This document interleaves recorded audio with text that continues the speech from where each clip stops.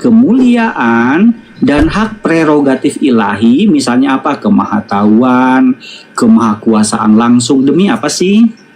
Demi menjalankan rencana keselamatan sebagai manusia. Makanya lihat di Yohanes 17 ayat 5. Nanti silakan diperiksa padanan ayatnya. Kata kunci kedua, morphe theou, dalam rupa Elohim atau Allah. Kata morphe kan berbicara bentuk atau keadaan esensial kan.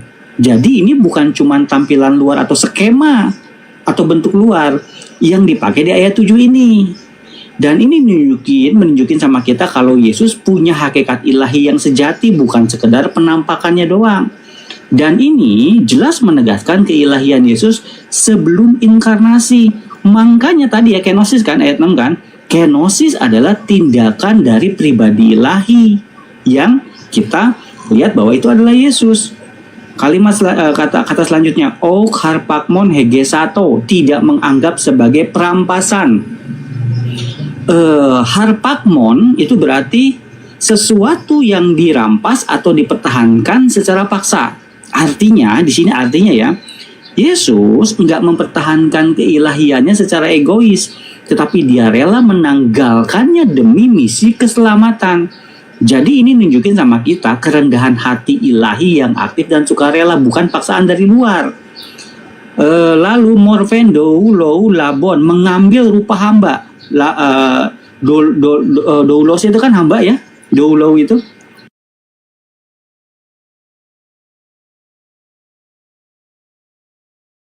Berbeda-beda.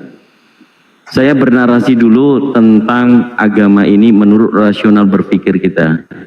Sip. Bahkan nggak menggunakan kitab suci, ya.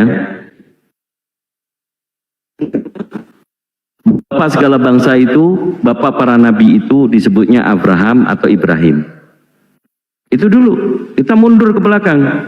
Abraham ini punya anak Ismail dan Ishak. Ismail ditugaskan di Arab. Ishak ditugaskan di tempat kelahirannya Israel, yang sekarang disebut Israel. Ishak memiliki anak Yakub yang diberi gelar Israel. Yakub memiliki anak 12, disebut Bani Israel. Ada 12 suku, yaitu keturunan daripada anak-anaknya. Abraham ini sudah mengenal Tuhan, Tuhan yang benar. Pada zaman itu, pada waktu itu, Abraham maupun Ibrahim adalah satu oknum yang sama, memiliki anak Ismail dan Ishak. Kedua anaknya ini diberkali dengan agama atau menuhankan Tuhan pencipta yang benar. Dua anaknya pasti sudah memiliki Tuhan yang benar sesuai dengan Tuhannya bapaknya Ismail dan bapaknya Ishak, yaitu Abraham. Sebutlah Tuhan itu adalah pencipta langit dan bumi. Maka dua bangsa besar ini yang sudah mengenal Tuhan yang benar, Arab dan Israel. Kita Indonesia masih belum punya Tuhan yang benar. Pada waktu itu belum ada juga nama Indonesia. Lalu dua suku bangsa ini yang besar ini yang sudah mengenal Tuhan hanya Arab dan Israel. Sampai di sini ada Gurunda di bawah. Izin salah satu mungkin Pak Jetsu, saya turunkan izin dulu ya. Gurundaku, Masya Allah, tafadhol Gurunda, supaya kita dapat ilmu dari beliau. Jadi pemahaman ini hanya dua bangsa besar ini yang mengenal Tuhan yang benar. Selanjutnya saya mohon guru saya. Assalamualaikum warahmatullahi wabarakatuh. Waalaikumsalam warahmatullahi wabarakatuh. Sahabat-sahabat sekalian, mohon izin numpang nyimak, numpang nimba ilmu di sini ya. Assalamualaikum Waalaikumsalam warahmatullahi wabarakatuh. Lanjut, saya monitor Dinda, lanjut.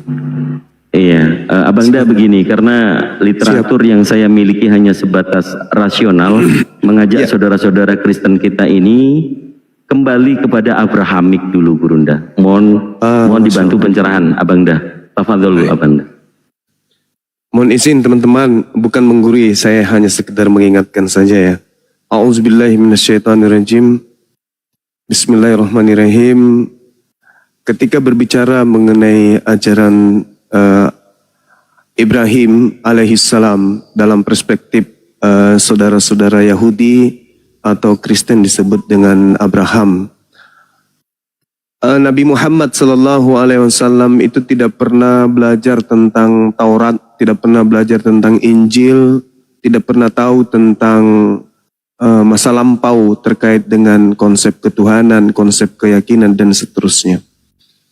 Seketika kemudian ketika beliau ditugaskan sebagai utusan Rasul untuk seluruh umat manusia, beliau mendapatkan kabar berdasarkan Al-Quran surah Al-Baqarah ayat 130. Diterangkan begini, Bismillahirrahmanirrahim. Wa may yarghabu an millata Ibrahim illa man safiha nafsa wa laqad istafainahu fid dunya wa innahu fil akhirati laminas solihin. Dan orang yang membenci ajaran Nabi Ibrahim hanyalah orang yang memperbodoh dirinya sendiri. Ini penekanan konsep Islam yang datang melalui seorang nabi bernama Nabi Muhammad kepada kita manusia. Wa may yarghabu an millata Ibrahim illa man safiha nafsa.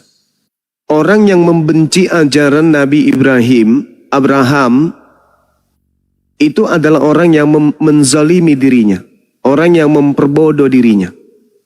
Kaidah-kaidah ajaran Abraham tauhid, menyembah kepada pencipta langit dan bumi, sehingga tidak menggoyahkan cintanya kepada hakikat yang ahad dengan menggantikan dengan sembahan-sembahan atau sekutu-sekutu yang lain.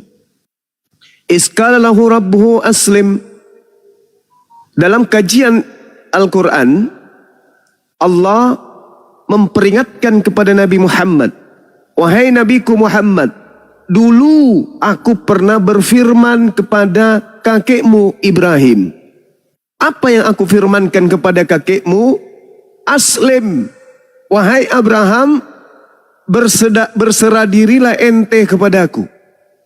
Aku Tuhanmu. Lalu kemudian kakekmu menjawab, aslamtu li rabbil alamin. Aku, kakeknya Nabi Muhammad, berserah diri kepada Tuhan seluruh alam semesta. Wa wasabiha Ibrahim banihi wa Ya'qub. Ya baniya innallaha astafa lakumuddin fala tamutunna illa wa antum muslimun. Nah ini pendekatannya, ada uraiannya berdekatan dengan kajian-kajian kristologi. Kakeknya Nabi Muhammad mewariskan agar hanya menyembah kepada Allah. Lalu begitu juga wasiat Nabi Yakub Israel kepada keturunannya. Apa kata Nabi Yakub? Apa kata Nabi Abraham? Ya baniya, wahai anak-anakku, innallaha, sesungguhnya Allah telah memilih jalan ini untuk kalian. Fala tamutunna, maka janganlah engkau meninggalkan dunia ini illa antum muslimun, selain dalam keadaan berserah diri kepada yang ahad, yaitu menjadi seorang muslim. Nah, kenapa kajian ini saya katakan ada sentuhannya dengan kajian-kajian kristologi? Karena Yesus ternyata di dalam Yohanes 14 nomor 31 berseru, dunia harus tahu, kata Yesus. Artinya Islam, Kristen, Hindu, Buddha, ateis, semua harus tahu. Kata Yesus tuh, dunia harus tahu bahwa aku Yesus senantiasa mengasihi yang ahada dan melaksanakan segala apa yang diperintahkan yang ahada kepadaku untuk aku kerjakan. Muslim dia. Yesus itu Muslim. Yohanes 12:49, aku tidak berkata-kata melainkan apa yang diperintahkan. Wow, keren. Beliau Muslim. Yohanes 4 nomor 34, makananku adalah tunduk melakukan apa yang diperintahkan oleh Tuhanku untuk aku kerjakan. Subhanallah, beliau Muslim. Wa wasabiha Ibrahimu banihi wa Ya'qub. Ya baniya innallaha astafa lakumuddin fala tamutunna illa wa antum muslimun. Jangan engkau mati wahai anak-anakku keturunanku, kata Yakub, melainkan kalian mati dalam keadaan muslim, berserah diri. Lalu Nabi Muhammad diingatkan nih oleh Allah, wahai Nabiku Muhammad, am kuntum syuhada is hadara Yaqub al-maut? Apakah kamu menjadi saksi saat maut akan menjemput Yakub alaihissalam? Ketika kemudian beliau berkata, libanihi, kepada keturunannya, ma ta'buduna min ba'di, apa yang kalian sembah sepeninggalku? Apa yang kalian akan tuhankan, yang akan kalian ibadahi sepeninggalku? Qalu, anak-anak Yakub kemudian menjawab, na'budu ilahaka wa ilaha abaika Ibrahim wa Ismail wa Ishaq ilaha wahida. Kami keturunanmu akan menyembah Tuhanmu, wahai Yakub, menyembah Tuhan kakekmu Ibrahim, pamanmu Ismail, ayahmu Ishak, dan Tuhan itu yaitu Esa, dan kami semuanya hanyalah seorang muslim. Wa nahnu lahu muslimun. Jadi jelas, kaidah Islam tidak terpisah dengan ajaran para nabi. Abraham mewasiatkan kepada Ismail, kepada Ishak, kepada Yakub, kepada Israel, kepada keturunannya dan seterusnya sampai kepada Isa alaihissalam, sampai kepada Nabi Muhammad sallallahu alaihi wasallam, la ilaha illa huwa, tidak ada yang lain. Nah, nanti kajian ini berubah dalam kajian Kristologi ketika saudara-saudara kita Kristen tidak mengindahkan pesan Yesus kepada pengikutnya agar waspada kepada Yesus palsu. Saudara Kristen seketika tidak peduli dengan ucapan dan nasihat Yesus itu. Waspadalah kepada Yesus palsu yang datang menyesatkan kamu, mengaku aku dan berkata akulah dia. Hal ini tidak diindahkan oleh saudara-saudara Kristen. Kenapa? Karena terlanjur Kristen, terlanjur memeluk Kristen, terlanjur cinta kepada kaidah-kaidah pengajaran Kristen. Di situ ada keindahan. Sehingga mereka lupa Yesus berpesan kepada Yahudi agar waspada kepada Yesus palsu. Hari ini yang menjadi kajian utama kita adalah Kristen, saudara-saudara kita Kristen itu menyembah siapa yang bernama Kristus ini. Karena ucapan Yesus di dalam Yohanes 17 nomor 8, segala firman, tuh, semua firman yang engkau berikan, yang Tuhan berikan, yang pengutus berikan kepadaku sebagai utusan, telah semuanya aku sampaikan kepada Yahudi, murid-muridku, dan mereka percaya bahwa engkaulah satu-satunya Tuhan yang telah mengutus aku. Jadi tak ada lagi kajian yang bisa menjadi bocoran. Yesus Tuhan, Yesus inkarnasi, Yesus teofani, Yesus Tuhan mengambil rupa manusia, enggak ada. Karena itu kajian-kajian yang muncul setelahnya. Sedangkan segala firman yang menjadi porsi Yesus kepada Bani Israel menghantarkan akal sehat manusia dulu zaman Yesus sampai hari ini. Yesus hanya utusan Tuhan penerima firman yang dikhususkan kepada Bani Israel saja. Di luar itu ada Yesus palsu yang menginginkan mengkudeta ajaran Yesus asli. Saya kira begitu saudara-saudara. Jadi Islam datang tidak terpisah dari rangkaian-rangkaian ajaran Tuhan yang ada kepada para nabi. Khususnya yang datang kepada Nabi Ibrahim dan keturunannya. Demikian sementara, silakan. Ya baik, terima kasih Bunda. Siapa yang mau masuk di sini? Ya, saya Bang. Nasi Padang, Ucil, boleh, saya boleh masuk. Saya Bang. Ya, jadi gini Bang ya, Bang Suma Oke, ya, makasih udah dijelaskan ya, udah dijelaskan dari tadi ya. Ya saya juga menyimak ya apa yang Abang Juma mengatakan bahwa Tuhan Abraham atau ya dalam kami keyakinan orang Kristen adalah Abraham ya, di dalam keyakinan Abang Suma adalah Ibrahim ya. Ya tadi Abang Suma udah lebar panjang, tapi ya saya mengatakan bahwa Abang Suma tadi mengatakan bahwa menurut keyakinan Abang mempercaya ya Tuhan yang benar yaitu Tuhan Abraham ya, Tuhan Abraham, Ishak dan Yakub ya.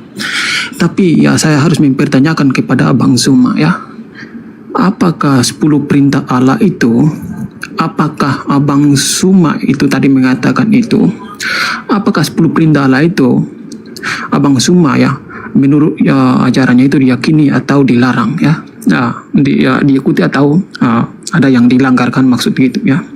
Jadi sebenarnya kalau kita melihat Abang Suma bernarasi itu tidak sesuai kan. Saya juga tadi mendengar juga Bang Suma ya bernarasi tidak sesuai. Kenapa aku bilang tidak sesuai kan?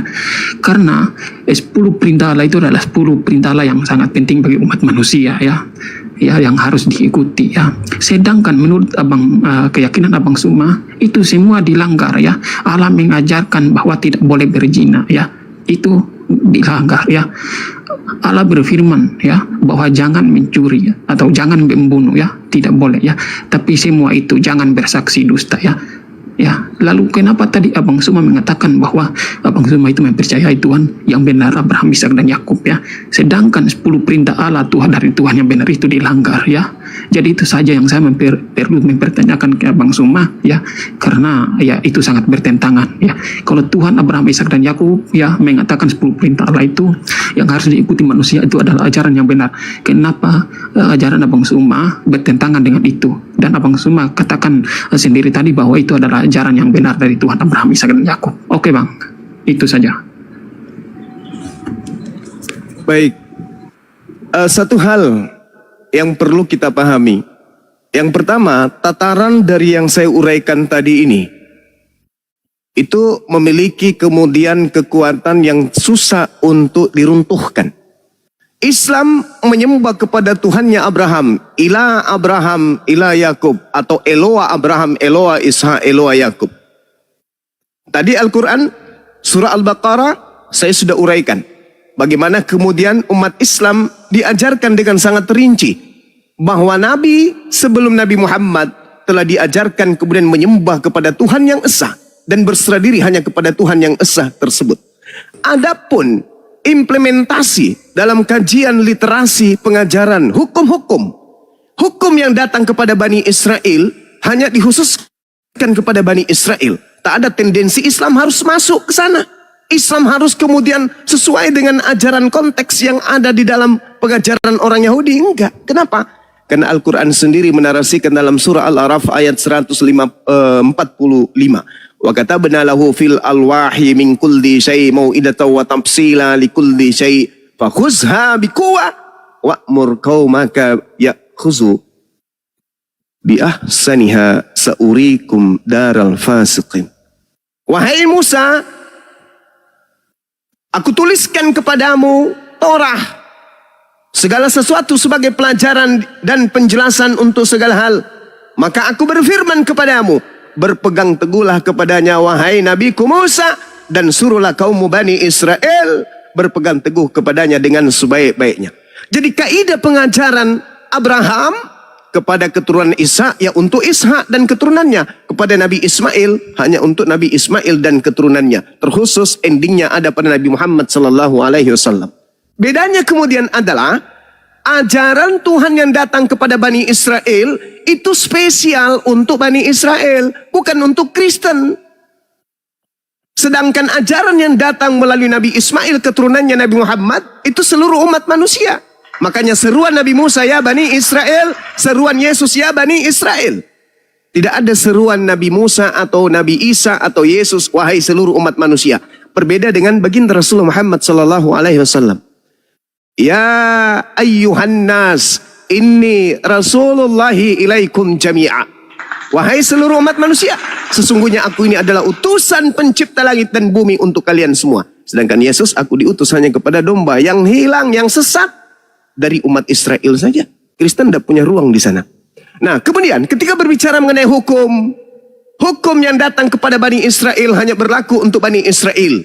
Di mana dalilnya? Ulangan 33 nomor 4, Yeremia 31 nomor 31 sampai 33, Mazmur 147 nomor 19 nomor 20. Hukum yang datang kepada Yakub, aturan-aturanku yang kuberikan kepada Israel tidak aku berikan kepada orang Kristen. Itu dalil. Sedangkan kalau berbicara mengenai 10 hukum dalam Al-Quran, tiada Tuhan selain Tuhan yang disembah Abraham. Al-Quran surah Al-Hasr ayat 23. Jangan menyembah berhala. Al-Quran surah Al-Baqarah ayat 22. Kemudian jangan mempersekutukan Tuhannya Abraham, Ishak dan Yakub. Al-Quran surah An-Nisa ayat 116. Kuduskanlah hari Sabat. Perintahnya dalam Al-Quran kaidah syariat. Al-Jum'ah ayat 9. Lalu kemudian hormati kedua orang tuamu. Al-Isra ayat 23. Jangan membunuh. An-Nisa ayat 93 ayat 29. Jangan berzina. Al-Quran surah An-Nur ayat 3. Jangan mencuri. Al-Ma'idah, jangan mencuri. Al-Ma'idah ayat 38. Jangan bersaksi palsu, jangan berdusta. An-Nahl ayat 91, Al-Ma'idah ayat 8. Jangan mengingini milik orang lain. Al-Quran surah Al-Baqarah ayat 180 dan juga An-Nisa ayat 2. Jadi Al-Quran menarasikan sangat jelas, sangat terinci tentang itu. Akan tetapi sekali lagi saya katakan kepada saudara, hukum yang datang kepada Nabi Musa itu hanya berlaku kepada bangsa Israel. Kristen bukan bangsa Israel. Jadi Kristen ini adalah kaum yang sibuk sendiri mengambil aturan-aturan mainnya agama Yahudi, menempelkan masuk ke dalam agama Kristen orang Roma Katolik, Roma Yunani, sampai ke Belanda, sampai masuk ke Indonesia. Itu sibuk sendiri. Aturan yang datang kepada Bani Israel hanya untuk Bani Israel, bukan untuk orang Kristen. Makanya Paulus kemudian terindikasi kuat merubah hukum-hukumnya orang Yahudi demi melegalkan kemudian memfasilitasi kemudian ajaran Roma sebagai penjajah hari itu, untuk supaya seakan-akan mereka ini adalah pengikut Yesus anak Maria orang Yahudi. Padahal Kristen adalah pengikut Kristus. Mohon maaf, Kristus yang diindikasikan palsu. Yang Yesus katakan kepada orang Yahudi, waspadalah kepada penyesat yang datang kepadamu dengan memakai namaku Yesus dan berkata, akulah dia. Jangan kau percaya, jangan kau ikuti dia. Jadi orang Yahudi tidak menjadi Kristen. Orang Yahudi sampai hari ini tetap Yahudi. Kristen adalah kelompok baru pengikut Kristus yang diindikasikan palsu. Demikian. Boleh saya naik, abang-abang? Bentar bang, nasi padang bentar ya. Saya bentar ya, nanti abang lagi ya. Ya jadi ya, terima kasih Abang Suma ya udah menjelaskan panjang lebar ya. Ya tadi Abang Suma sebenarnya saya mendengar tadi narasi Abang Suma mengatakan bahwa ya, Tauratnya Musa ya atau 10 perintah Allah itu hanya untuk khusus Bani Israel ya. Lalu kenapa di dalam Injil dan di dalam kitab Abang juga kenapa disuruh untuk mengimani hal-hal itu ya. Jadi itu juga menurut saya salah ya. Ya, kitab Abang, kitab saya ya, Injil ya, kenapa harus disuruh untuk mengimani ya. Ya itu. Jadi itu kita tidak boleh menolak bahwa itu khusus untuk Bani Israel ya. Ya, jadi itu. Jadi sebenarnya di situ juga Abang cuma harus berpikir dulu ya. Karena itu bukan 10 perintah Allah itu ya, kita juga disuruh untuk mengimani ya. Ya itu Bang Suma ya. Ya, tentang Abang Suban tadi berbicara tentang Paulus ya, begini ya. Ya, saya itu ya harus kita tidak perlu melebar-lebar juga sih. Ya, tapi kalau berbicara Paulus ya kita harus tanggapin ya. Paulus sudah jelas ya. Ya, dia itu adalah banyak orang yang menyaksikan bersama-sama dengan dia pada saat itu ya, bahwa dia harus pergi untuk memberitakan firman itu untuk ke seluruh dunia. Gitu. Lagian Abang Suma tadi ya, itu di dalam Yesaya itu ya 49 ayat berapa ya, ayat 6 ya.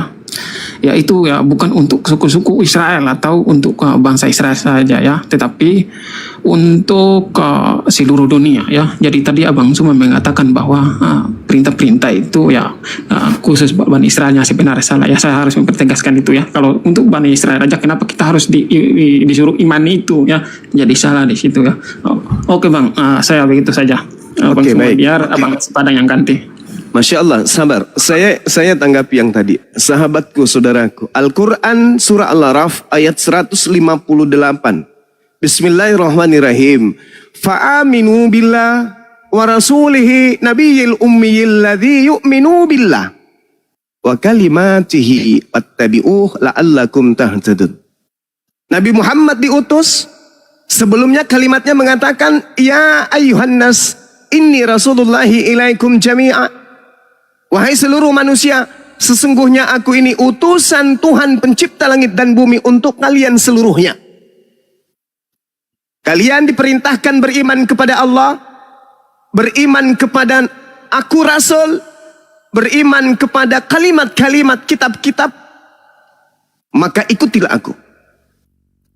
Jadi kami beriman, pencipta langit dan bumi pernah mengutus Nabi Musa kepada Bani Israel dengan kitab Torah. pencipta langit dan bumi, pernah mengutus seorang nabi bernama Nabi Daud kepada Bani Israel, memiliki kemudian ketetapan bernama Mazmur, Zabur. Pencipta langit dan bumi pernah sebelum mengutus Nabi Muhammad, mengutus seorang nabi penutup bagi Bani Israel bernama Isa, Yesus, diberi ketetapan bernama hikmat Injil. Kami beriman kepada kitab-kitab itu, bahwa kitab itu diberikan kepada kaumnya masing-masing. Bukan kitab itu diberikan kepada kami umat Islam. Kami cuma diminta percaya. Seperti saya percaya bahwa Obama pernah menjadi seorang presiden buat Amerika. Bukan berarti saya adalah rakyat Amerika. Atau presiden saya adalah Obama, enggak. Tetapi saya percaya. Saya yakin. Saya beriman. Nabi Musa untuk Bani Israel dengan Torahnya. Daud dengan ketetapannya kemudian datang kepada Bani Israel dengan Zaburnya, Mazmurnya. Isa, Yesus dengan ketetapan Injil kepada kaumnya Bani Israel. Setelahnya saya beriman kepada Nabi penutup, Rasulullah wa khataman nabiyyin, baginda Rasulullah Muhammad SAW. Itu rangkaian iman, saudara. Bukan berarti kitab-kitab mereka itu adalah kitab kami. Tidak seperti Kristen. Sudahlah, dia berasal dari Roma, dari Vatikan. Beriman kepada kitabnya Yahudi. Bahkan mengambil terjemahan kitabnya Yahudi seakan-akan dijadikan sebagai kitabnya. Padahal kitab Yahudi hanya untuk Yahudi. Makanya Anda lihat Al-Quranul Karim. Tak ada Al-Quran sebelumnya ditempel perjanjian lama, di belakangnya nggak ada. Atau di depannya.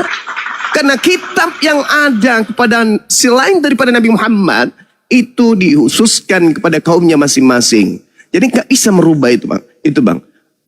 Kekuatan Al-Quranul Karim, kekuatan Islam dalam hal ini itu tidak bisa diganggu-gugat dengan konsep yang seperti itu. Sedangkan kalau kita berbicara nih tentang Kristen, Yesus tidak pernah memberikan legitimasi kepada Kristen. Yesus tidak pernah memberikan legitimasi kepada gereja. Yesus tidak pernah memberikan validasi kepada pendeta, pastor. Tidak pernah memberikan kemudian legalitas standing untuk mendudukkan firman Tuhan itu ada dalam kitab Roma, Galatia, Filipi, dan seterusnya. Itu tak ada. Tadi sudah dikunci. Yohanes 17:8. Segala firman yang engkau berikan kepadaku telah aku sampaikan kepada mereka Bani Israel. Mereka telah menerimanya. Mereka percaya dengan pasti. Mereka mengakui engkau satu-satunya Tuhan dan aku hanyalah utusanmu. Selesai. Maka ending pengajaran Yesus, la ilaha illallah. Yesus Rasulullah ila Bani Israel. Titik. Gak ada embel-embel. Roma, Galatia, Filipi, Efesus. Gak ada. Itu penambahan dari makhluk yang datang kepada Paulus ngaku Yesus. Akulah Yesus yang kau aniaya. Sebelumnya Yesus berkata, hati-hati, hati-hati. Hati-hati, akan datang penyesat memakai namaku. Akulah Yesus. Tuh. Apa yang terjadi setelah oknum ini datang memakai nama Yesus? Muncul agama Kristen. Yesus tidak mengajarkan Kristen, tapi oknum yang mengaku kepada Paulus, akulah Yesus, akulah dia, tunas Daud, bintang gemilang dari timur, bintang timur, dan seterusnya. Itulah cikal bakal awal munculnya agama Kristen hari ini, yang tidak ada sama sekali benang merahnya dengan Nabi, Rasul besar untuk Bani Israel yang bernama Yesus anak Maria. Saya kira begitu, Bung. Sederhana. Ya, selama kita saling menghargai, edukasi lebih utama daripada hujat menghujat. Silakan. Oh, oke Bang, makasih Bang ya. Ya aku perlu tangkapin sedikit ya, sangat menarik Silakan. ya Bang ya. Silakan. Ya, cuma makasih Bang udah jelaskan, udah panjang lebar Bang ya. Ya kita di Siap. sini cuma menyampaikan apa yang ada ya. Kita tidak boleh ya begini-gini ya juga ya. Ya, tadi Abang Jumat tadi mengatakan benar sih Pak ya. Lebar tadi ya, cukup kita nyimak ya. Ya, jadi tadi apa yang udah disampaikan Abang semua ya, saya juga udah tangkap ya. Ya, jadi menurut apa tadi yang Abang semua mengatakan ya di dalam Tauratnya Musa ya, apa yang dinubuatkan tentang kedatangan Mesias itu ya, dari dinubuatkan sampai tergenapi ya, semua akan tergenapi ya. Di dalam kitab Tauratnya Musa atau di dalam perjanjian lama atau Tauratnya Musa ya, apa yang dinubuatkan ya, semua akan tergenapi di dalam kitab perjanjian baru ya. Ya, dan apa ya yang tergenapi yaitu ya kedatangan Mesias itu ya, kelahiran Yesus Kristus itu ya sebagai juru selamat.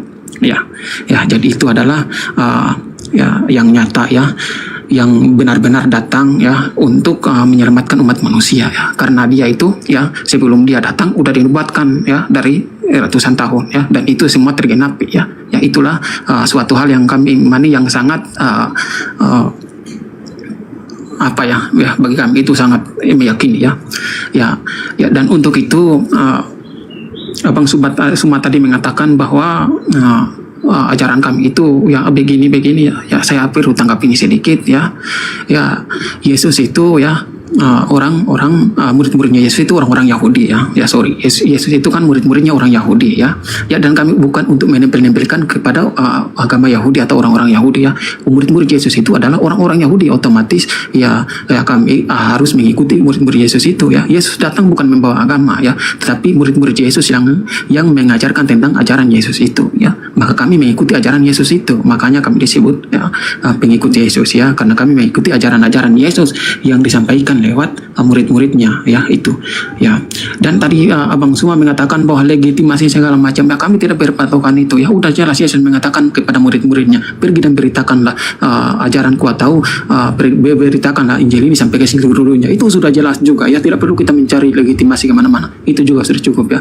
Itu adalah perintah bagi umat-umatmu atau para murid-muridnya bahwa pergi dan memberitakan Injil untuk sampai seluruh dunia, kabar baik ya, terang bagi seluruh bangsa-bangsa. Itu udah jelas ya. Ya, jadi Abang semua tidak perlu harus mengatakan bahwa begini ya. Ya, jadi semua itu ya sesuai dengan narasi Abang semua ya. Tetapi udah jelas kami itu ya agama kami bukan pendirinya yang mengajarkan pertama bukan Paulus, tapi yang mendirikan pertama gereja adalah Rasul Petrus ya.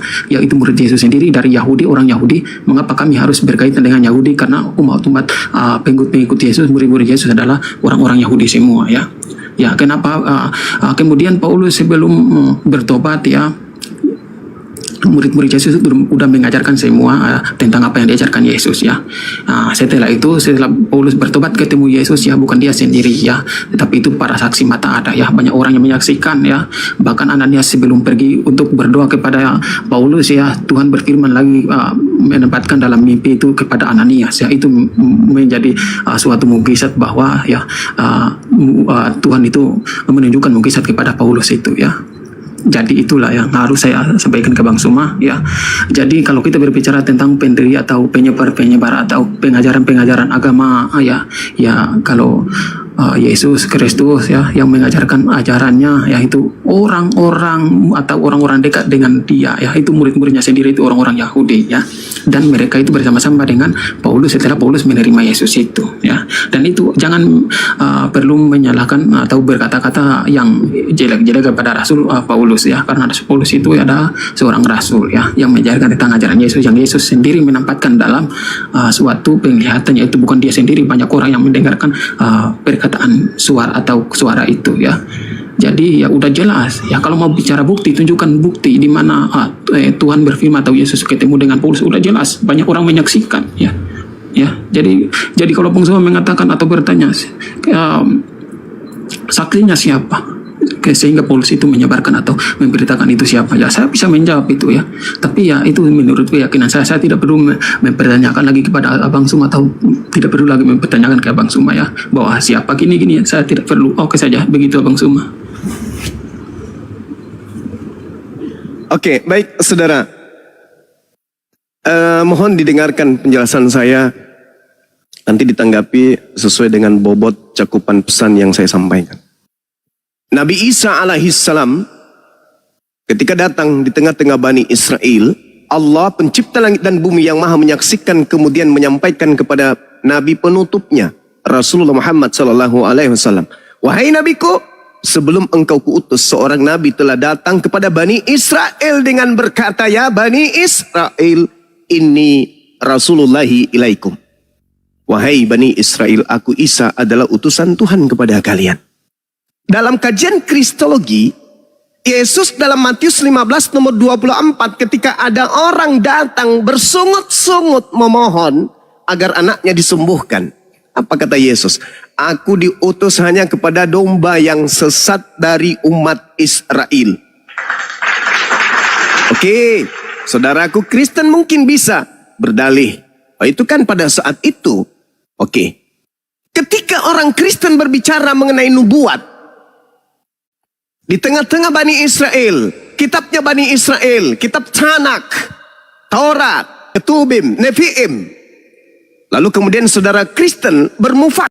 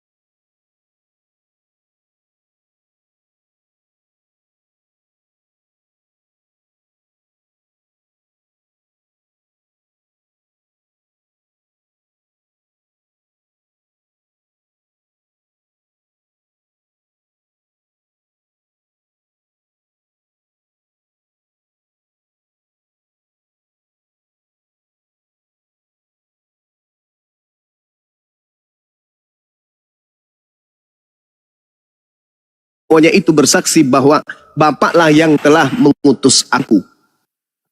Jadi sang penggenap nubuat, oknumnya, Yesusnya, yang adalah penyampai firman, penerima firman, nggak bisu. Jadi kita tidak butuh Kristen untuk menjelaskan, oh Yesus adalah ini. Kita nggak butuh Paulus. Kita nggak butuh 13 buku milik Paulus, enggak. Kita cuma butuh pengakuan Yesusnya aja. Yesus, ya paman, siapa ente menurut murid ente setelah ente ngajar mereka? Oh, murid-muridku setelah aku ajar, mereka percaya bahwa aku adalah utusan Elohim. Tepuk tangan kalau gitu. Lalu siapa ente menurut ente? Di tengah-tengah kaummu Bani Israel, engkau mengajarkan mereka, kamu siapa? Aku mengajarkan kaumku Bani Israel bahwa aku ini adalah utusan Tuhan untuk kepada mereka. Lalu kita nggak butuh Kristen dong kalau itu. Karena Yesus sudah memfinalisasi daripada pengajarannya. Baik kajiannya dan dalam konsep penyampai pesan dan narasi yang dibangun. Lalu kemudian cara tangkap muridnya. Lalu kemudian teori praktek muridnya dalam beragama. Ternyata Yesusnya level tertinggi hanya seorang nabi. Yesusnya yang melakukan mukjizat, membangkitkan orang mati, membuat air menjadi anggur, membuat badai menjadi tenang, membuat orang lumpuh berjalan, orang buta ngintip. Ternyata menurut Yesus, semua itu dilakukannya hanya karena bukti, sebagai bukti bahwa dia adalah utusan Tuhan. Lalu dari mana kelompok Kristen ini? Nah, kelompok Kristen ini yang saya katakan tadi berasal dari pengajaran oknum-oknum yang mengaku Yesus. Akulah Yesus, akulah dia. Pergilah, jadikanlah seluruh bangsa menjadi muridku. Ajarlah mereka melakukan segala apa yang kuperintahkan.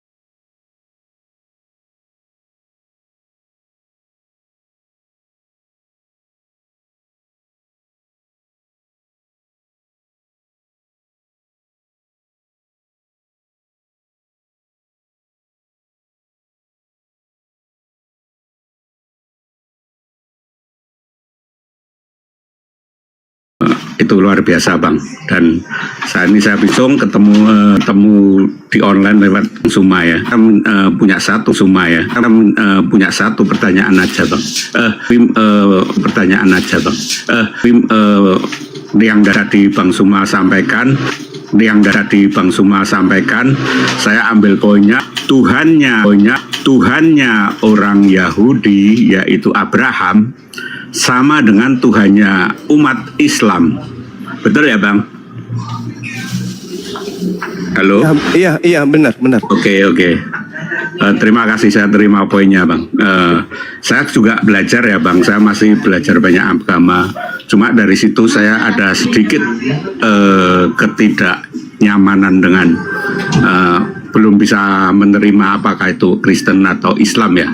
Karena di situ di Timur Tengah itu ya berarti Allahnya, Tuhannya Islam dan Tuhannya Yahudi adalah sama, itu saya pegang poinnya.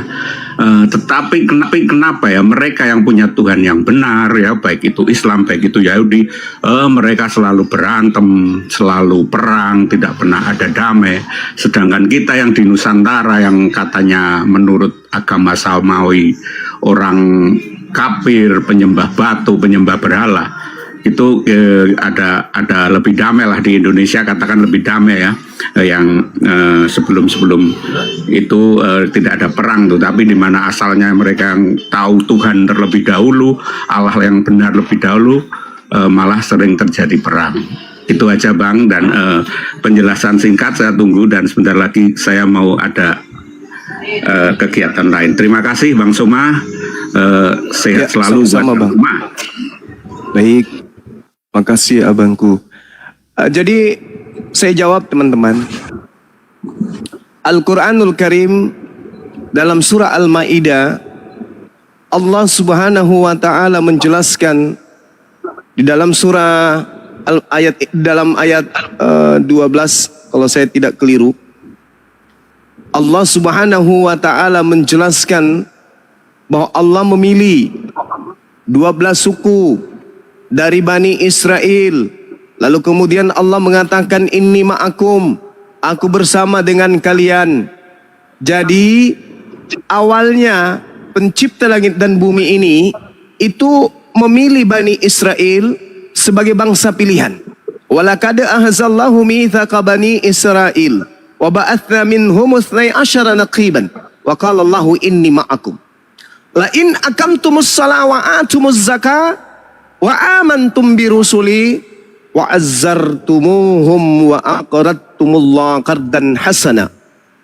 Kata Allah, sungguh dulu wahai Nabiku Muhammad, aku mengambil perjanjian mulia, perjanjian agung kepada Bani Israel. Aku mengangkat ke-12 suku dari Bani Israel sebagai pemimpin-pemimpin mereka.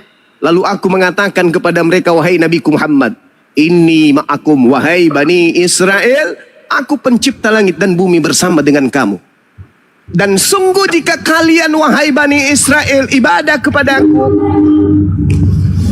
memberikan kemudian perlindungan kepada si miskin, menunaikan kemudian kewajibanmu terhadap si miskin dan seterusnya, beriman kepada utusan-utusanku, kamu bantu mereka, kemudian pasti aku akan hapuskan segala dosa-dosamu, kata pencipta langit dan bumi.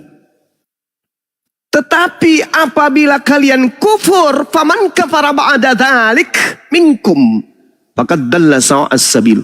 Apabila kalian kafir, ingkar terhadap yang demikian itu, maka sesungguhnya kalian telah tersesat dari jalanku yang lurus. Ini kata Allah, wahai Nabiku Muhammad, dulu aku memilih mereka. Aku memilih mereka.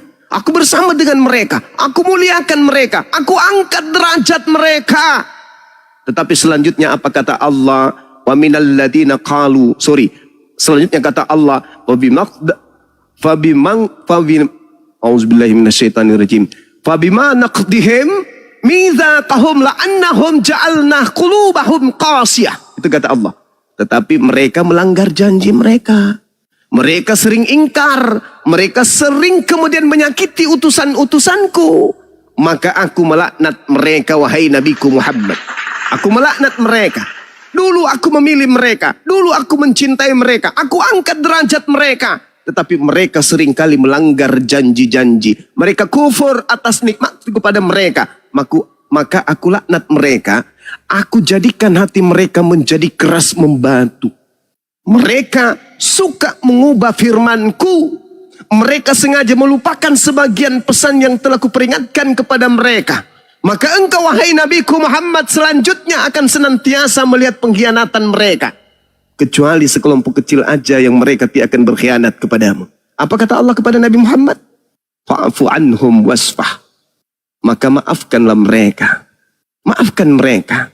Dan biarkan saja mereka. Sungguh aku Tuhan akan menyukai orang-orang yang memaafkan, yang berbuat baik. Nah, lalu setelah itu Allah Subhanahu wa taala menjelaskan, "Ai Nabiku Muhammad, setelah engkau mengetahui bahwa dulu kaum sebelum engkau, kaum Israel, kaumnya Nabi Musa, aku pilih mereka, namun mereka ingkar terhadap yang aku janjikan, yang kami perjanjikan terhadap mereka. Wa minal ladzina qalu inna nasara ahazna mitsaqahum fanasu hazzam mimma zukkiru bih faqraina bainahumul adawah wal ba'da ila yaumil qiyamah wa sawfa yanabbi'uhum Allah bima kanu yasnaun. Yunabbi'uhumullah bima kanu yasnaun." Saya kalau keliru baca ayat tolong ditegur. Dan di antara mereka kata Allah kepada Nabi Muhammad, di antara mereka wahai Nabiku Muhammad, ada yang berkata, kami adalah orang-orang Nasrani. Kami telah mengambil perjanjian kepada mereka. Tetapi lagi-lagi mereka melupakan sebagian pesan yang telah diperingatkan kepada mereka wahai Nabiku Muhammad. Maka kami timbulkan permusuhan dan kebencian di antara mereka hingga hari kiamat. Inilah yang Anda pertanyakan. Kenapa kemudian? Al-Quran sudah menarasikan 1400 tahun silam. Kata Allah, aku membangkitkan permusuhan dan kebencian di antara mereka hingga hari kiamat. Apakah Allah kemudian tidak membuka pintu maaf bagi mereka? Masih buka. Apa kata Allah? Ya ahlal kitab, qad ja'akum rasuluna yubayyinu lakum katsiran mimma kuntum tukhfuna minal kitab wa ya'funa an katsir. Wahai dikau keturunan orang-orang yang dulu aku utus nabi, yang dulu aku bersama dengan kalian, yang gemar membunuh para nabiku, yang menolak nabiku, yang kemudian mendustakan ayat-ayatku. Aku mengutus kemudian kepada kalian seorang nabi, seorang rasul untuk menjelaskan kepada kalian terkait dengan isi kitab yang kalian sembunyikan. Telah datang kepada kalian qad ja'akum minallah nur wa kitabun mubin. Wahai Bani Israel, umat yang dulu aku pilih, yang sekarang ada permusuhan dan kebencian dalam hati kalian, peluang terakhir aku berikan. Telah datang nabiku kepada kalian untuk menjelaskan sebagian isi kitab yang kalian sembunyikan. Barang siapa di antara kalian yang beriman kepadanya, maka pintu taubat akan terbuka untuk kalian. Sungguh kata Allah, qad ja'akum, telah datang kepada kalian berupa cahaya yaitu Nabi Muhammad, dan kitab yang menjelaskan tentang kebenaran yaitu Al-Quran. Qad ja'akum minallah nur wa kitabun mubin. Yahdi bihillah manittaba ridwanahu subulas salam. Wa yukhrijuhum minaz zulumati ilan nuri biiznih. Wa yahdihim ila siratim mustaqim. Wahai kalian umat yang dulunya aku pilih, yang dulunya aku anggap sebagai umat yang terhebat di antara seluruh hambaku, sekarang telah datang kepadamu kitab Al-Quran sebagai petunjuk kepada kalian untuk mengikuti keridaan kepada jalan keselamatan. Dengan Al-Quran itu kata Allah, kalian akan keluar dari gelap gulita kepada cahaya dengan izinku. Dan dengan Al-Quran itu wahai Bani Israel, jika kalian beriman kepada Nabi Muhammad dan beriman kepada Quranku, aku akan menunjukkan kalian kepada jalan yang lurus. Jadi Allah masih memberi ruang kepada mereka untuk mereka kembali kepada jalan yang benar. Al-Quran tidak menutup diri dan tidak menutup jalan untuk mereka. Allah masih memberikan ruang. Jadi kalau mereka hari ini saling membenci satu sama lain, saya teringat di dalam kitab mereka, kalau nggak salah ingat saya di Keluaran 32 nomor 21. Mungkin saya keliru, nanti saya boleh koreksi lagi, atau ada yang bisa memberikan kemudian sanggahan terhadap data itu. Di situ dikatakan begini. Oh sorry, itu bukan Keluaran. Ulangan atau bilangan 32. Coba dikoreksi dulu adik-adik saya. Saya lupa. Di situ dikatakan mereka kemudian membangkitkan cemburuku dan amarahku. Ya, kalau nggak salah di Ulangan teman-teman. Mereka membangkitkan Ulangan mereka membangkitkan amarah dan cemburuku dengan yang, maka aku Tuhan akan membangkitkan amarah mereka dengan menggunakan yang bukan umat, dan aku akan membangkitkan cemburu mereka dengan menggunakan umat yang ummi. Ada yang ingat dalilnya? Ada yang ingat dalilnya? 3221 Abang Jum. Ulangan ya. Ulangan 31. Ulangan 32, ulangan 32 nomor 21. Masya Allah, syukran. Ya. Di situ Tuhan mengatakan, engkau wahai Bani Israel telah membangkitkan amarahku, maka aku akan membalasnya dengan memanfaatkan yang bukan umat. Siapa itu? Umat yang tidak dianggap, yaitu keturunan Ismail. Dan aku akan membangkitkan cemburumu dengan menggunakan umat yang ummi. Siapa dia? Baginda Rasulullah Muhammad SAW. Maka kalau hari ini Anda melihat ada kemudian keributan, ada sesuatu yang tidak benar yang menurut pandangan kita sebagai manusia, itu karena Allah marah kepada mereka sehingga Allah membangkitkan kejayaan yang bukan umat, yaitu umat yang ummi. Lalu mereka yang tadinya bangsa pilihan menjadi cemburu. Inilah yang terjadi hari ini. Saya kira begitu saudaraku, silakan. Mohon maaf teman-teman kalau saya salah dalil. Iya, terima kasih Bang. Saya ambil poinnya. Saya belajar. Hari ini saya menerima sebuah kebenaran pengakuan dari Bang Suma yang terhormat bahwa Tuhannya orang Yahudi dan Tuhannya orang Islam sama. Terima kasih Bang. Saya tidak mau menghujat, saya tidak mau membantah, dan Bang Suma sudah cukup dengan banyak dalil dan pengetahuan Bang Suma. Berarti saya yakin bahwa Tuhannya orang Yahudi dan Tuhannya orang Islam adalah sama. Karena kadang gini Bang, ketika saya ngobrol ya, saya sampaikan ke teman-teman yang Muslim ya, kalau di tempat ronda atau apa, bahwa Tuhannya Yahudi sama Tuhan Islam itu sama, hukumnya bahkan sama, sama-sama tidak makan babi, sama-sama boleh poligami juga, sama-sama menyembah Tuhan yang satu. Bahkan saya pernah gitu Bang, bahkan saya pernah ngomong ke mereka ya, bahwa ajaran hijab itu kan memang dari Yahudi ya Bang. Saya literaturnya kurang jelas, mungkin Bang Suma lebih tahu dari saya. Tapi terima kasih, saya ambil poinnya bahwa Tuhannya orang Yahudi sama Tuhannya orang Islam sama. Mungkin adik-adik yang di bawah yang suka perang di medsos ya, yang mengatakan yo Yahudi gini anu gini, sebaiknya kalian sama-sama damai aja lah ya, karena Tuhannya sama. Kenapa kita harus saling mencaci buat yang saudara kami Muslim sama kaum Yahudi? Kenapa harus saling berpihak gitu? Terima kasih Bang. Mungkin saya mau lanjut bekerja, tapi kalau Abang mau beri penjelasan sedikit lagi ke saya, terima kasih. Sebetulnya saya mau nunggu nabinya Kristen yang Bang Luga Bang, tapi karena hari ini dia nggak on air ya, oke lah. Tapi saya berterima kasih, bersyukur ya Bang, sore hari ini saya bisa ngobrol langsung dengan Bang Suma, sebuah kehormatan. Terima kasih Bang. Selamat sore. Ya, sore. Jadi teman-teman sekalian, sebelum diambil alih ya, Tuhannya Yahudi dan Tuhannya umat Islam itu sama. Bahkan saya katakan Tuhannya ateis, Tuhannya Hindu Buddha, dan Tuhannya umat Islam itu sama. Cuman di antara kelompok-kelompok ini ada yang menyembah kepada yang bukan Tuhan. Al-Quran menarasikan itu. Innani anallah la ilaha illa ana. Tidak ada Tuhan, hanya aku Tuhan. Berarti Tuhan satu-satunya itu cuma Allah. Berarti Tuhannya seluruh makhluk hanya Allah. Nah, terkait dengan pengakuan Tuhannya Yahudi, Tuhannya Islam itu sama, memang betul. Cuman di kalangan orang Yahudi ada yang menyembah bukan kepada sembahan dari Nabi Ibrahim, Ishak dan Yakub. Ini orang-orang yang picik otaknya, pemikirannya, suruh baca Quran surat Taha. Falamma ataha nudiya ya Musa. Siapa yang berkata kepada Nabi Musa? Allah. Tuhannya siapa? Tuhannya Yahudi. Tuhannya umat Islam. Kalau ada orang yang mengatakan Tuhannya Yahudi dan Tuhannya umat Islam itu berbeda, berarti dia menolak Al-Quran. Karena Tuhannya umat Islamlah yang berfirman kepada Nabi Musa. Nabi Musa adalah nabi untuk Yahudi.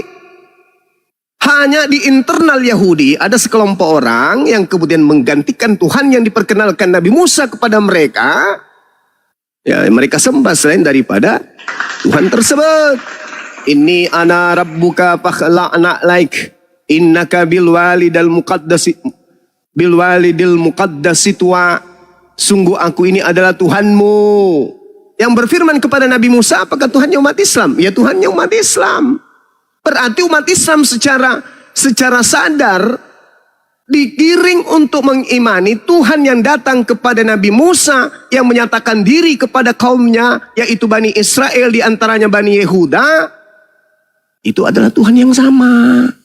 Ya, cuman saudara-saudara kita ini kadang kebenciannya lebih tinggi daripada akalnya sehingga mereka menolak. Ya, kalau selain daripada Allah yang datang menyatakan diri kepada Nabi Musa, ya memang bukan seperti patung, batu, dewa Baal dan seterusnya, memang bukan. Sembahan-sembahan orang Samiri dan seterusnya, ya memang bukan. Sembahan orang Majus, ya memang bukan. Tapi kalau yang datang kepada Nabi Musa, di mana Nabi Musa diutus kepada Bani Israel, Bani Yehuda, itu adalah Tuhan yang sama.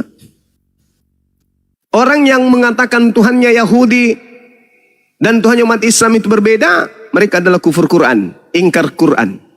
Mereka ingkar terhadap Al-Quran. Karena orang-orang Yahudi menyembah kepada Tuhan yang dinyatakan kepada Nabi Musa alaihissalam.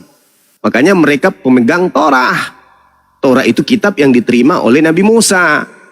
Tuhan yang berfirman dalam Torah dan Tuhan yang berfirman dalam Al-Quran adalah Tuhan yang sama. Jadi kalau ada orang yang mengaku Tuhannya Yahudi yang datang menyatakan diri dalam kitab Torah, dan Tuhan yang datang menyatakan diri dalam Al-Quran, itu adalah kufur, ingkar terhadap Al-Quran. Nah, coba Anda narasikan sendiri kalau ada orang ingkar terhadap Al-Quran itu apa namanya? Biarpun dia sholat, biarpun dia puasa, biarpun dia menyembah kepada Allah, tapi kalau dia ingkar terhadap Tuhan yang datang kepada Nabi Musa, maka itu sama halnya dia muntah dan menjilat muntahnya sendiri. Berislamlah dengan cara-cara yang baik. Gunakan Islam Anda itu dengan cara yang baik, dengan nuansa Islami yang baik. Jangan menjadi orang munafik. Sekira gitu teman-teman. Silakan diambil alih sejenak, saya ada telepon. Oke, izin Bang, terima kasih. Saya out dulu. Ya, halo Bang Nasi Padang ini ya. Ya saya tidak tahu ya dia Muslim atau Kristen, saya tidak tahu ya. Ya tapi tadi yang Abang Suma katakan, ya terima kasih ya Abang Suma udah menjelaskan panjang lebar ya. Kita di sini kan intinya saling menghormati ya. Ya gitu ya. Tapi kalau menurut tadi yang Abang Suma jelaskan itu ya tidak sesuai apa yang kami orang Kristen imani ya. Tadi Abang Suma mengatakan bahwa Tuhan Yahudi dengan Tuhan ya menurut keyakinan Abang Suma sama ya. Tapi kalau menurut pandangan kami orang Kristen ya bagaimana mungkin firman yang sudah difirmankan kepada nabi-nabi terdahulu itu udah pasti jelas, udah pasti betul ya. Tidak mungkin dia merubah-rubah atau memporandakan lagi ya. Kenapa saya mengatakan itu ya? Ajaran Allah, Abraham, Ishak dan Yakub bertentangan dengan apa yang tadi Abang Suma mengatakan atau sesuai dengan apa yang Abang Suma bernarasikan tadi ya. Maksudnya Abang Suma tadi mengatakan bahwa sama ya. Kenapa bertentangan ya ajaran Tuhan Yahudi dengan ajaran keyakinan Abang Suma? Itu yang saya perlu tegaskan ya.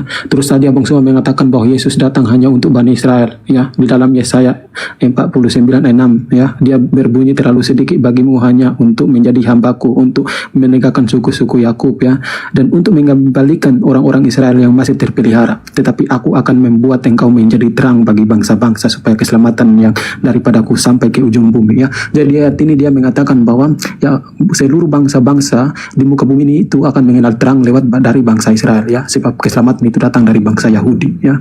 Jadi tadi Abang Suma juga mengatakan bahwa Allah yang benar itu adalah Allah khusus untuk bangsa Israel. Kenapa Abang Suma mengaitkan lagi kepada bangsa atau keyakinan-keyakinan yang lain atau bangsa-bangsa yang lain ya? Sebenarnya itu yang saya ingin menyampaikan saja, bukan saya memprotes tapi saya bernarasi sesuai apa yang ada saja ya. Saya bukan mengklaiming atau bukan menghujat di sini ya.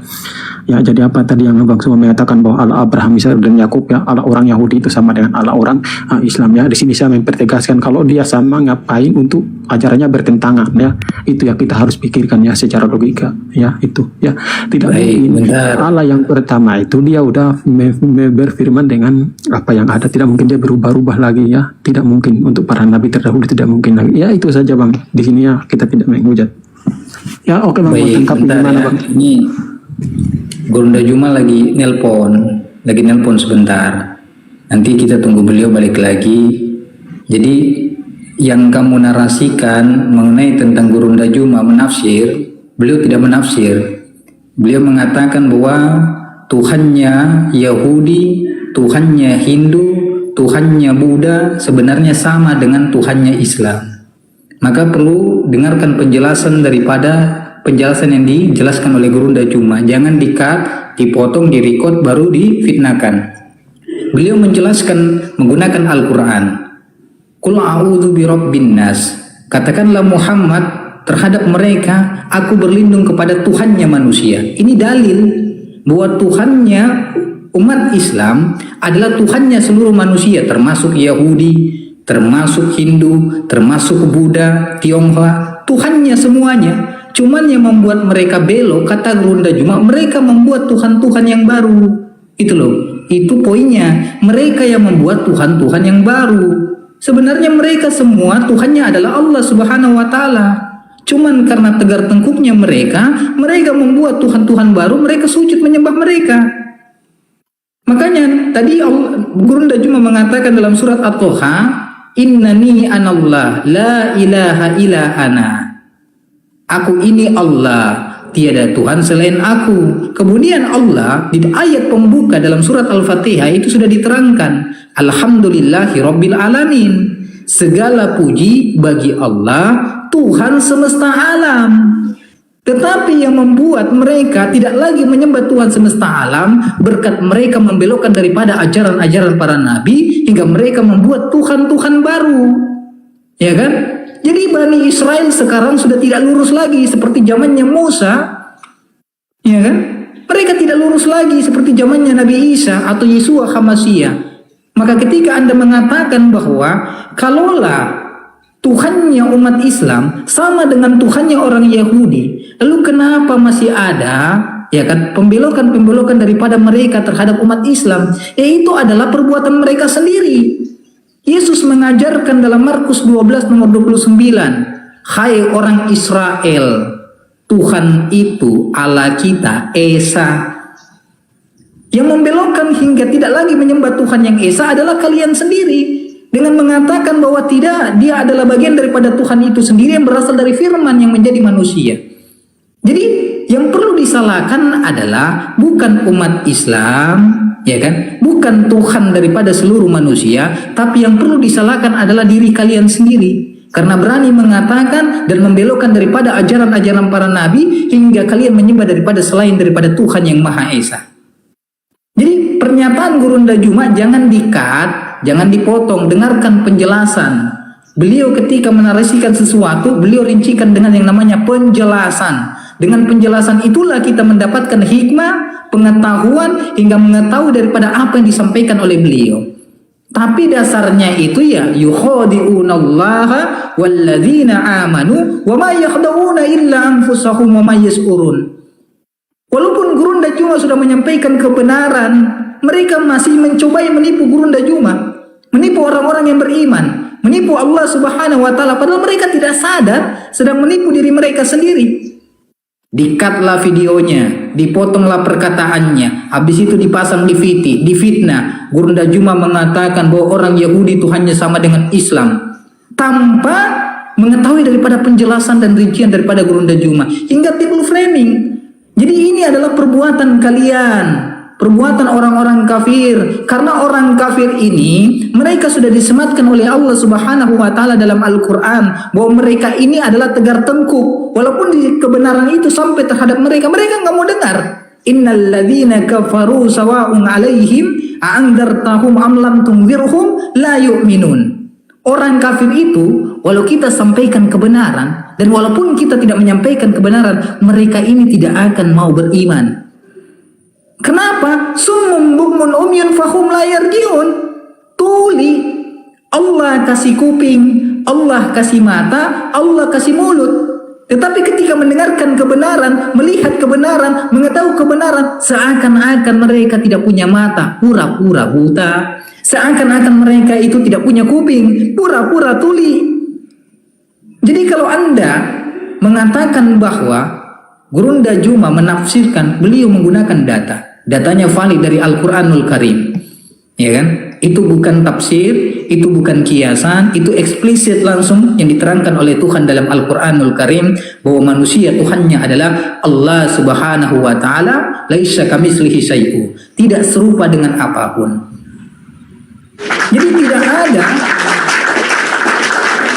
ada satu makhluk di dunia ini, ya kan, yang bernaungan daripada ajaran-ajaran perintah Tuhan selain daripada mereka membelok daripada ajaran Tuhan itu sendiri. Mereka lah yang membuat. Makanya ajaran-ajaran penyembah terhadap manusia ini bukan berasal daripada Tuhan. Bayangkan saja, siapakah yang pertama kali mempraktikkan daripada ajaran-ajaran menyembah manusia tanpa kalian sadari kalian sendiri mengikuti daripada ajaran tersebut? Orang-orang Majusi. Dalam Bible Anda kalau Anda teliti, orang-orang Majusi inilah yang pertama kali mengajarkan tentang peribadatan terhadap manusia. Ketika mendengar Yeshua HaMasyiah lahir, maka mereka berbondong-bondong mendatangi rumah Yeshua HaMasyiah dengan tanda-tanda bintang yang muncul terhadap mereka, hingga mereka mendatangi rumah untuk apa? Untuk sujud menyembah daripada Yeshua HaMasyiah. Dari sinilah timbal balik daripada ajaran-ajaran penyembah manusia yang dipraktikkan oleh saudara-saudara kita Kristen. Jadi Anda perlu mempelajari, saudara, bahwa semua ketuhanan dari para nabi mengajarkan Tuhan yang esa, bukan manusia, tidak sama dengan makhluk. Maka pelajarilah itu Bible. Yesus mengatakan dalam Markus 21, ya kan, diterangkan di situ bahwa mengertilah arti Tuhan, mengertilah daripada arti firman Tuhan. Sebab aku datang tidak menghendaki daripada persembahan, melainkan aku datang untuk menghendaki yang namanya kasih sayang. Nah, inilah rahasia daripada orang-orang yang memaksakan bahwa Yeshua HaMasyiah datang untuk menghendaki yang namanya persembahan, sebagai dia adalah Tuhan itu sendiri. Agar kita memahami bahwa Yesus datang memperkenalkan dan ingin dipercaya sebagai apa, kalian bisa baca Bible Anda dalam Yohanes 11 ayat 41, 42, 43. Sebelum saya alihkan kepada paman saya, Yesus itu ketika datang ke dunia, dia hanya ingin dipercaya sebagai utusan yang tadi sudah disampaikan oleh gurunda kita. Ya Bapa, Engkau selalu mendengarkan doaku agar orang-orang di sekelilingku mereka percaya bahwa Engkau lah yang mengutus aku. Saya rasa cukup demikian. Nanti dilanjutkan oleh guru-guru yang lain. Ya, syukran. Assalamualaikum warahmatullahi wabarakatuh. Saya sapa dulu Gurunda, Pak Pendeta Putra Surat. Selamat siang. Ya, selamat siang. Salam sejahtera. Di mute dulu ya, Pak Pendeta ya. Saya sapa juga Tuan Raja Kalimantan, Abangku Bang Lotus atau Raja Bintang. Selamat datang. Assalamualaikum abangku semuanya. Ya, sudah satu komal ya dengan Gurunda Juma ya. Ya Bang Juma. Waalaikumsalam. Waalaikumsalam. Ya Bang Raja Bintang ini. Iya. Ingin Ya, satu Bang. komal dengan Gurunda boleh dulu. Makanya saya undang Gurunda. Ya siap Ya. Bang. Beliau salah satu keturunan raja di Kalimantan. Ya, silakan barangkali ada referensi lain dari Ustaz Felix barangkali. Ini buka mute-nya dibuka terus dari tadi. Mau ngomong Ustaz Felix sebelum ke Gurunda tentang ya sudah sangat jelas tadi disampaikan oleh Bang Apologet Muda, bantahan-bantahan tentang tuduhan-tuduhan kepada Gurunda Sunda itu sudah sangat jelas. Jadi tujuan para nabi dan rasul diutus itu ya mengajarkan Tuhan yang satu. Cuman satu pencipta alam semesta. Ya, Tuhan itu cuma satu. Tuhan yang benar, tapi Tuhan ya itu banyak, ilah itu banyak, tapi Tuhan yang benar itu satu. Ya, itu sudah sangat jelas tadi disampaikan oleh Bang Apologet Muda ya. Saya serahkan kepada Guru Dasuma untuk melanjutkan karena saya juga ada tamu ini, enggak fokus. Lanjut. Masya Allah. Ya, silakan. Guru Dasuma, izin Guru nomor antum hilang di kontak saya karena HP saya hilang, jadi ikutan juga nomor antum hilang sama saya. Ya, Kita tolong Guru kalau bisa. Ya. Siap. Ya. Lanjut Guru. Silakan. Oke, tadi ada materi saya nggak dengarkan. Ada dari teman Kristen, mungkin ada paparan bisa singkatnya, silakan. Ya, silakan Pak Pendeta Putra Suat, barangkali mau menanggapi apa yang telah didiskusikan dari tadi. Dibuka mute-nya Pak Pendeta, dari tadi menonton di bawah.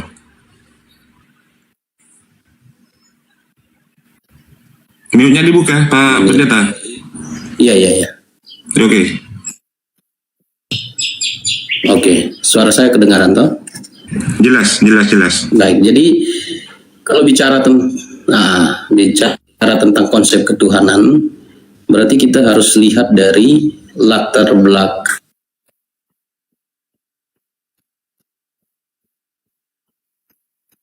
Suaranya hilang, mohon maaf, suaranya hilang.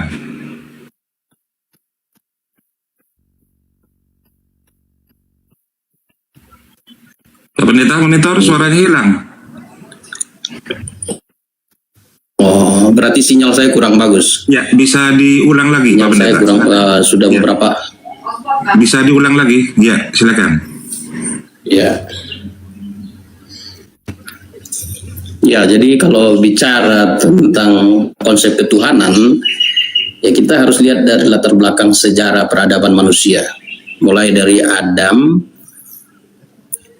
dan juga perjalanan sejarah. Jadi ketika Tuhan menyatakan diri kepada manusia itu melalui wahyunya, pewahyuan. Nah, wahyu lewat para nabi dan juga oleh orang-orang beriman.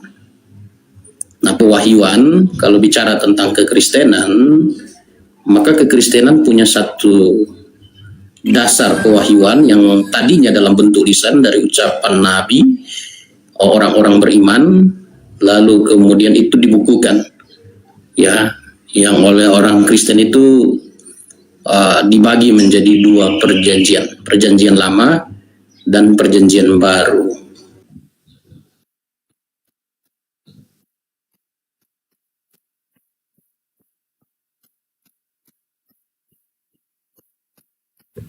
Cek. Ya, dilanjut. Kita semesta itu esa.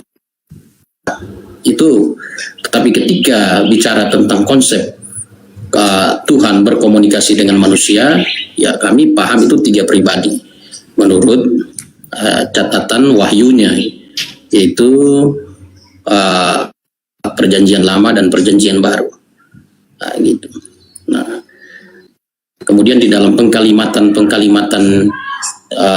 mulai dengan kitab Kejadian pasal 1 ayat 1 itu sudah terlihat, ya, kejamakan dan ketunggalan itu sudah dibicarakan. Ya, dalam bahasa Ibrani Bereshit bara Elohim. Nah, Elohim itu jamak, bara itu dia yang mencipta.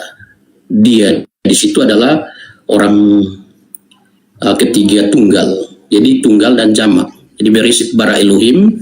Kemudian melangkah lagi ke dalam Kejadian pasal 1 ayat 26, pada waktu penciptaan manusia, marilah kita menciptakan. Nah, jadi kejamakan dan ketunggalan. Kemudian dalam Ulangan pasal 6 ayat 4 itu juga dijabarkan tentang konsep kejamakan dan ketunggalan secara tersirat. Jadi Shema Yisrael, Yehova Elohinu. Nah, kata Elohinu itu jamak, tunggalnya itu El. Jadi Yehova Elohinu, Yehova Ehad satu. Nah, jadi dari situ kemudian di Perjanjian Baru ternyata ada satu ayat kunci ya yang kemudian hari di dalam naskah originalnya berkembang naskah salinannya, bagian itu dihilangkan dalam 1 Yohanes 5 ayat 7.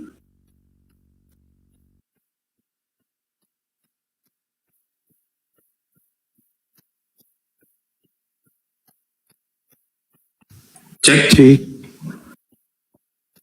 Ada kata hologos sang firman, kaito hagio pneuma sang roh kudus, hautois tris and esin, ketiganya adalah satu. Oke, itu baik, terima kasih. Oke, izin teman-teman saya nanggapi ya. Jadi saya dalam kajian university di kampus, kalau saya berikan kajian biasanya gini. Saya menyimpulkan dengan satu perkara yang sulit untuk saudara-saudara Kristen lari dari perkara yang saya sebutkan. Orang Yahudi mengenal Tuhan, lalu kemudian mereka membentuk diri di dalam penghambaan kepada Tuhan. Jadi mengenal Tuhan dulu, baru menguraikan kemudian pola ketuhanan, pola ibadah, pola keyakinan dan kitab suci. Jadi Tuhan dulu nih. Tuhan dulu yang menjabarkan dirinya, lalu kemudian diikutkan dengan kitab suci mereka. Kalau Kristen sebaliknya. Jadi Kristen itu kitab suci dulu, lalu kemudian mereka mengkonsep Tuhan. Jadi ada perbedaan. Kalau di Yahudi Tuhan dulu mengkonsepkan ajaran, kalau di Kristen ajaran dulu lalu mengkonsepkan Tuhan. Kenapa narasi ini saya bangun? Coba lihat, kalau saudara pendeta atau pastor atau orang-orang tokoh dari gereja berbicara tentang Tuhan, mereka akan memperkaos data-data di dalam kitab agama lain untuk kemudian mengukuhkan sembahan mereka tuh. Padahal orang Yahudi sudah tamat, bahkan Yesus sendiri sudah tamat berbicara tentang Tuhan. Tidak ada narasi itu. Maka pokok pondasi dalam mengkaji keagamaan Yahudi itu, mereka berpangkuh kepada Amsal 3 nomor 5. Percayalah kepada Tuhan dengan segenap hatimu, jangan bersandar kepada pengertianmu sendiri. Itu dalil. Kalau di Kristen enggak. Pengertianmu sendiri yang kau konsep sendiri berdasarkan dengan pesanan apa yang kamu mau, lihat. Pungut dalil-dalil yang berkesesuaian dengan konsep ketuhanan Kristen. Ah, itu di Kristen itu begitu polanya tuh. Kalau di Yahudi enggak, di Yahudi itu jelas. Orang Yahudinya diajarkan, misalnya dia dalam Yesaya 43 nomor 10. Engkaulah saksi-saksiku, tidak ada Tuhan yang dibentuk sebelum aku, dan tidak ada Tuhan yang dibentuk setelah aku. Ini final. Berarti Tuhan itu tidak serupa dengan apapun. 2 Samuel 7:22. Aku Tuhan yang maha tinggi. Tidak ada Tuhan selain aku dan tidak ada Tuhan. Dan aku tidak serupa dengan apapun. Tidak sama dengan apapun. Itu konsep final. Jadi konsep Tuhan dulu baru mereka jalankan dalam aplikasi keagamaan. Kalau di Kristen berbeda. Aplikasi keagamaan dulu baru mereka membentuk Tuhan mereka sendiri dengan mengais-ngais dalil-dalil di kitab agama lain. Jadi Kristen ini terlanjur melantik Yesus dulu sebagai Tuhan. Habis itu mereka tempel-tempelkan ketuhanan Yesus dengan dalil-dalil dari kitab agama orang lain. Itu Kristen. Kalau di Yahudi enggak, Tuhan itu final. Yesus sendiri memfinalkan Tuhan itu. Yohanes 17 nomor 3. Hidup kekal itu satu, mengenal Bapa satu-satunya Tuhan yang benar. Dan mengenal Yesus sebagai Bapa juga. Enggak, Bapak junior? Bukan. Bagian dari Bapak juga sebagai Tuhan yang baru jadi manusia? Oh enggak. Yesus dikenal menurut Yesus hanya sebagai Rasul utusan Tuhan. Selesai. Kristen muncul. Mengambil data-data yang ya mungkin bisa menjadikan Yesus Kristus yang mereka sembah ini sebagai Tuhan. Tapi itu tertolak demi kebenaran, tertolak kitab sucinya orang Yahudi, dan tertolak akal sehat manusia secara global. Tidak mungkin Tuhan menjadi bayi, itu tak mungkin. Tidak mungkin Tuhan netek kepada manusia, nggak mungkin. Nggak mungkin manusia ciptaan mengandung pencipta, itu nggak mungkin, itu mustahil. Tapi karena terlanjur Kristen imani itu, mau tidak mau Kristen harus pasang wajah dengan wajah tembok, lalu kemudian mengambil data-data di kitabnya orang Yahudi seakan-akan mereka benar. Makanya Yesus berpesan nih kepada Yahudi, hati-hati kepada penyesat yang datang kepadamu dengan memakai namaku. Nah sekarang orang Kristen laku nggak kalau tidak pakai nama Yesus? Orang Kristen dengan konsep Trinitas, Tritunggal, Oneness dan seterusnya, laku nggak kalau nggak jual nama Yesus? Enggak. Siapa yang mau Tuhan datang dalam rupa manusia? Siapa yang mau menyembah makhluk yang mati dibunuh manusia? Siapa yang mau kemudian menyembah makhluk yang berdoa kepada Tuhannya? Nggak ada. Tapi kalau dia menjual nama Yesus, wow, paten. Inilah yang Yesus katakan. Waspadalah kepada penyesat yang datang kepadamu dengan memakai namaku dan berkata, akulah dia. Janganlah engkau sampai disesatkan, kata Yesus. Matius 24, nomor 4, nomor 5. Waspadalah agar jangan kalian, Bani Israel, disesatkan. Sebab akan datang banyak orang dengan memakai namaku dan berkata, akulah Mesias. Mereka, orang banyak ini akan menyesatkan banyak orang. Siapa orang banyak yang memakai nama Yesus dan menyesatkan banyak orang? Yang mereka yang menggantikan kewibawaan pencipta langit dan bumi, yang bukan makhluk menjadi makhluk. Siapa mereka? Ya Kristen. Karena ini edukasi, ya saya anggap teman-teman ini adalah orang yang bisa kemudian menahan diri. Saya belak-belakan aja menyampaikan. Ketika Yesus berpesan, waspadalah kepada penyesat yang datang kepadamu dengan memakai namaku, satu-satunya kelompok yang datang kepada Yahudi memakai nama Yesus hanya Kristen. Hanya itu. Jadi kalau hari ini saudara kita pendeta membawa narasi, membangun sebuah kepercayaan bahwasanya Tuhan itu datang dalam rupa manusia, apatah lagi mengambil 1 Yohanes 5 nomor 7, itu bagi kami yang berakal ini menggelikan. Ada 3 yang bersaksi di surga. Apa 3 ini? Ya 3 Tuhan. Di mana narasi itu bisa diambil dari kitabnya orang Yahudi? Nggak ada. Yesaya 45 nomor 6, la ilaha illa ana, tidak ada Tuhan selain saya, tidak ada Tuhan di samping saya, tidak ada Tuhan di bawah saya, tidak ada Tuhan di atas saya, tidak ada Tuhan yang menyertai saya. Sayalah Tuhan satu-satunya. Bahkan dikatakan yang tadi tuh, tidak ada Tuhan yang dibentuk. Sedangkan dalam Yohanes 1 nomor 14, firman itu telah dibentuk menjadi daging. Itu bukan Tuhan itu. Dibentuk jadi daging itu bukan Tuhan. Nah harusnya saudara Kristen ini hentikan mengambil data-data dari kitabnya orang Yahudi. Kalau Kristen itu mau berdiri sendiri. Lalu mereka mengambil konsep dari mana Bang Suma? Sederhana. Ambil Filipi 2 nomor 6, nomor 7, nomor 8. Nah selesai.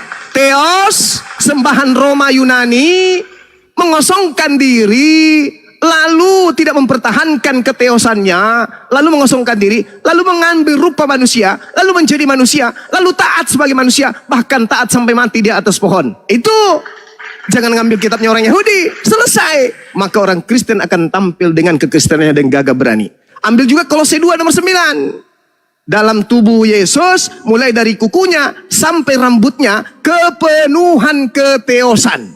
Nah itu baru betul. Jangan, nggak usah ngambil ke Yahudi, karena kalau ngambil Yahudi itu nanti di apa istilahnya itu, diludahin sama orang Yahudi. Mending berdiri sendiri. Theos, sang dewa, nuzul, menjadi manusia, bernama Yesus. Itulah Tuhannya Kristen. Jadi nggak usah kemudian mengambil orang Yahudi punya agama, dalil-dalil kitabnya Yahudi, karena sangat-sangat nggak ada hubungannya antara Yahudi dan Kristen dalam konsep bertuhan. Nah terakhir dari saya, saudara Pak Pendeta. Jadi kalau berbicara mengenai hal demikian yang saya uraikan barusan, maka Kristen dengan pola ketuhanannya yaitu dewa menjadi manusia, dan Yesus yang adalah nabi utusan Tuhan bagi Bani Israel, ketika kita lihat dari kacamata perspektif logika sehat, maka antara Yesus Bani Israel dan Yesus yang adalah dewa dari menjadi manusia adalah 2 Yesus yang berbeda. Tidak bisa satu. Kecuali kita ingin mengibulin diri kita sendiri nih. Karena Yesus mengatakan aku manusia. Yesus mengatakan aku datang sebagai anak manusia. Yesus mengatakan aku berdoa kepada Tuhan. Yesus mengatakan aku hamba. Yesus mengatakan aku rasul, aku nabi. Dan dia mengatakan aku hanya utusan Tuhan kepada Bani Israel. Sedangkan Kristen itu keteteran untuk mengikuti data-data Yesus. Karena Kristen membutuhkan kemudian dalil-dalil dari perjanjian lama, dalil-dalil daripada surah-surah Paulus untuk kemudian menjadikan satu konsep seakan-akan Yesus anak Maria yang adalah untuk Yahudi dan Yesus yang adalah dewa menjadi manusia itu adalah satu oknum. Padahal itu adalah dua oknum yang berbeda. Sembahan orang Kristen adalah dewa menjadi manusia, sedangkan orang yang mengenal Yesus Kristus sejak awal mula, dia hanyalah nabi utusan Tuhan kepada mereka Bani Israel. Sekira begitu, Pak Pendeta, silakan.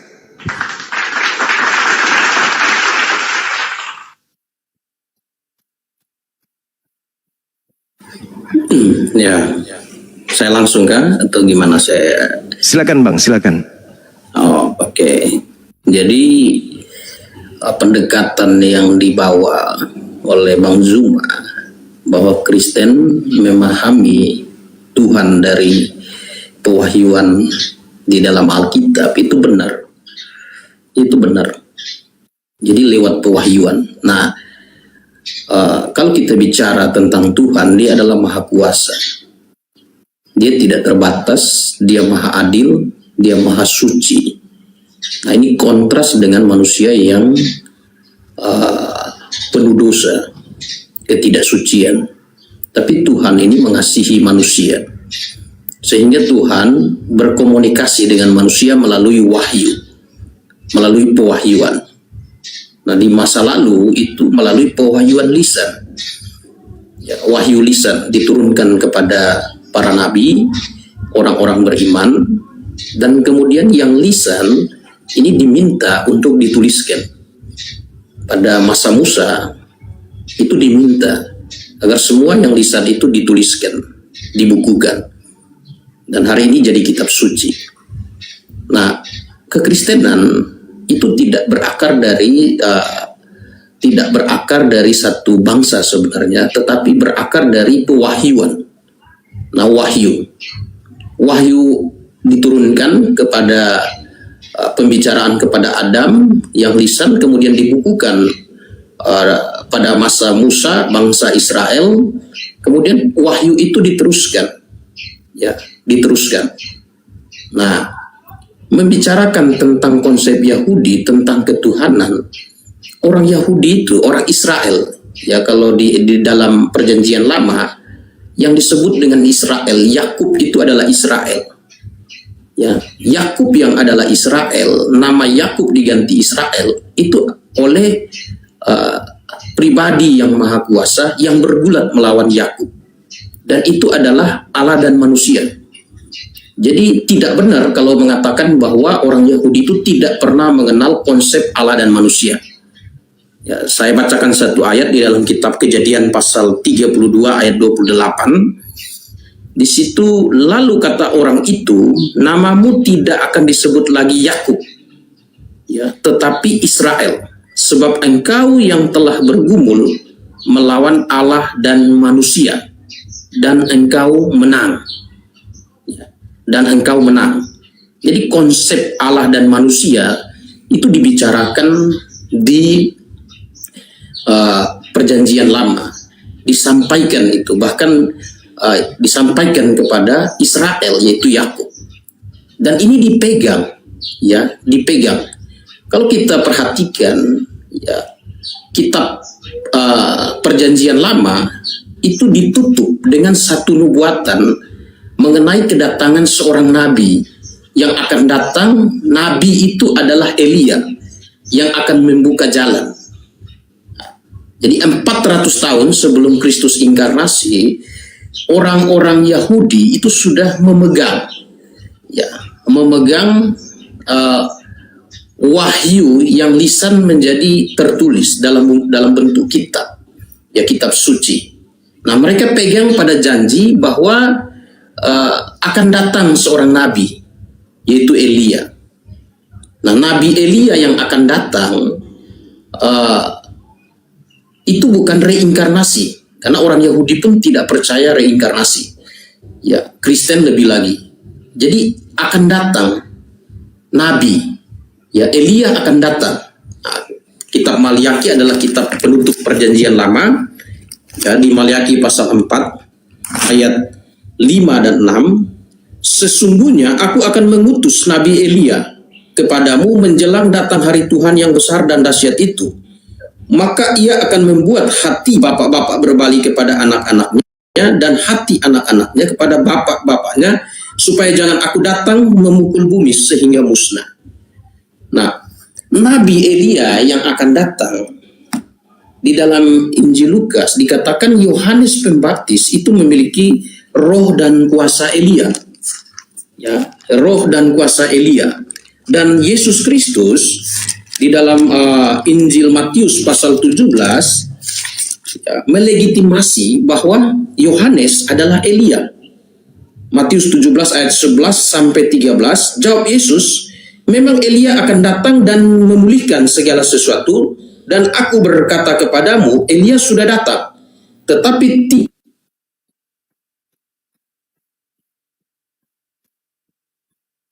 tidak mengenal dia dan memperlakukannya menurut kehendak mereka.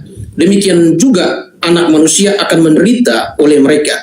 Pada waktu itu mengertilah murid-murid Yesus bahwa ia membicarakan tentang Yohanes Pembaptis. Nah, Yohanes Pembaptis muncul, ya, dia ditanya apakah dia Elia di dalam Injil Yohanes. Dia bilang dia bukan Elia karena dia bukan reinkarnasi Elia. Tapi dia berkata dialah suara yang berseru di padang gurun. Nah, itu Elia. Ya, dia memiliki roh dan kuasa Elia. Dia membuka jalan bagi Tuhan, membuka jalan, mempersiapkan jemaat, ya, jemaat yang digambarkan sebagai mempelai perempuan dari Kristus.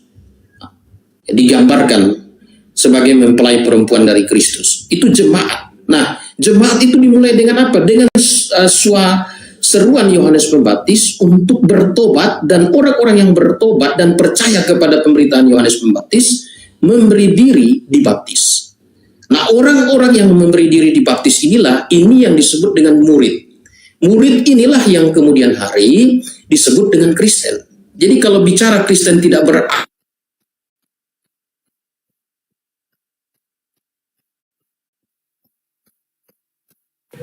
Cek.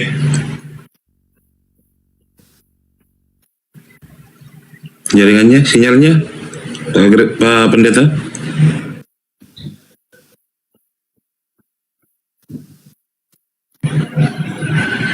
Cek, Pak Pendeta.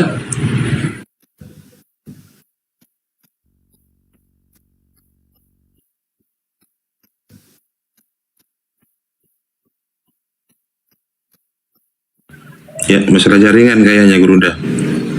Silakan dilanjut dulu, Bang Ucil. Dibuka mute-nya, Bang Ucil.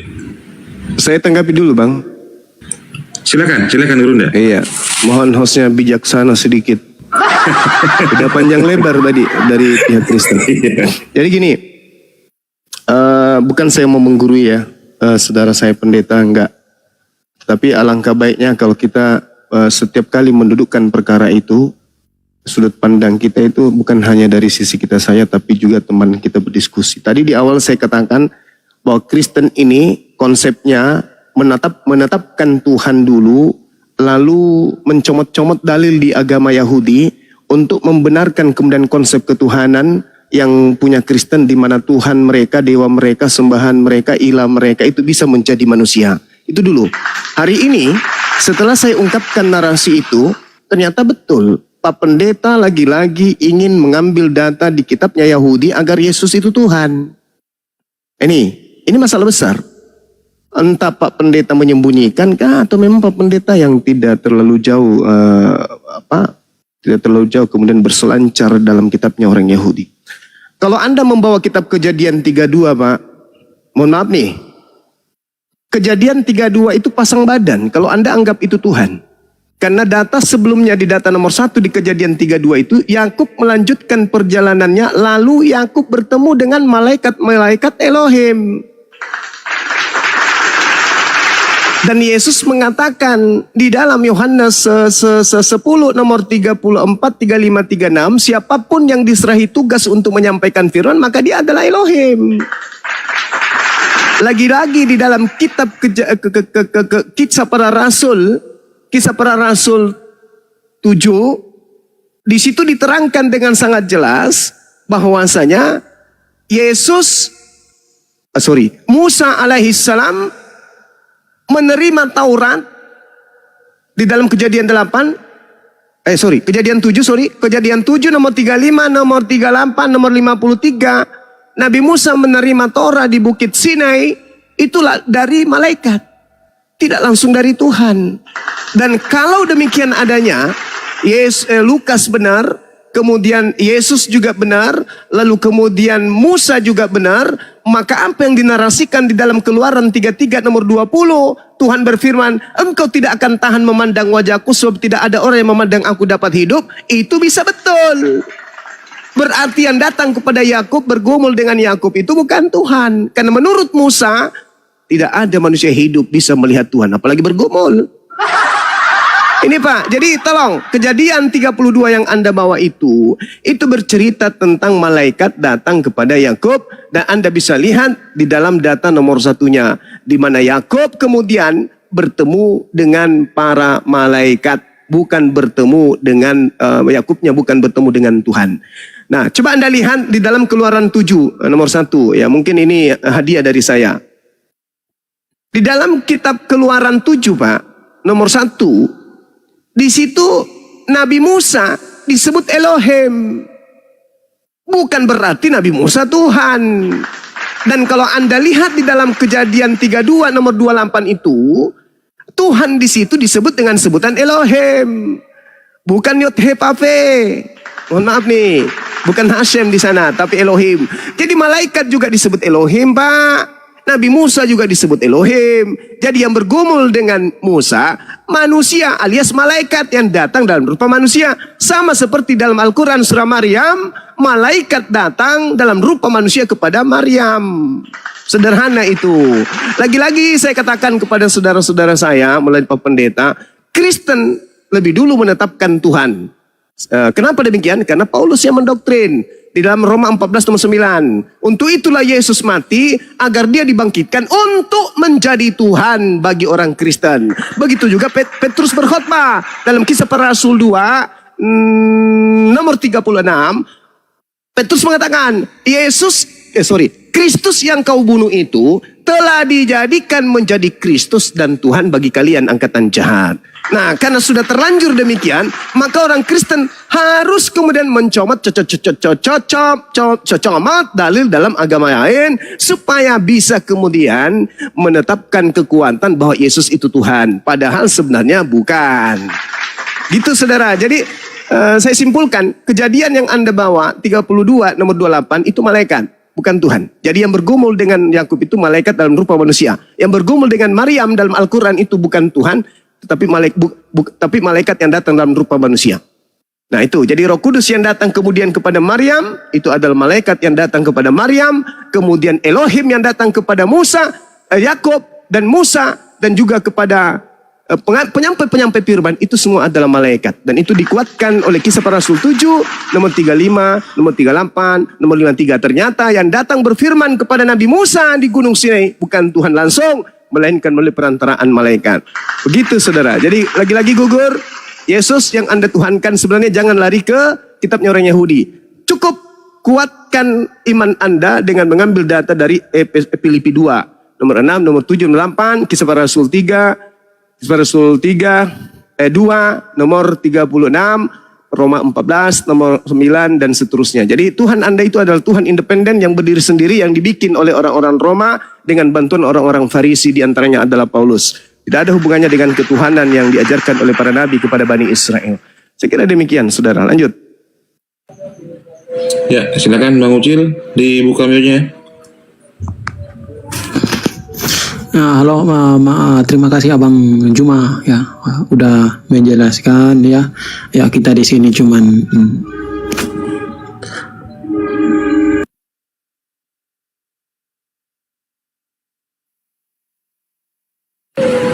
Termute, Bang Ucil.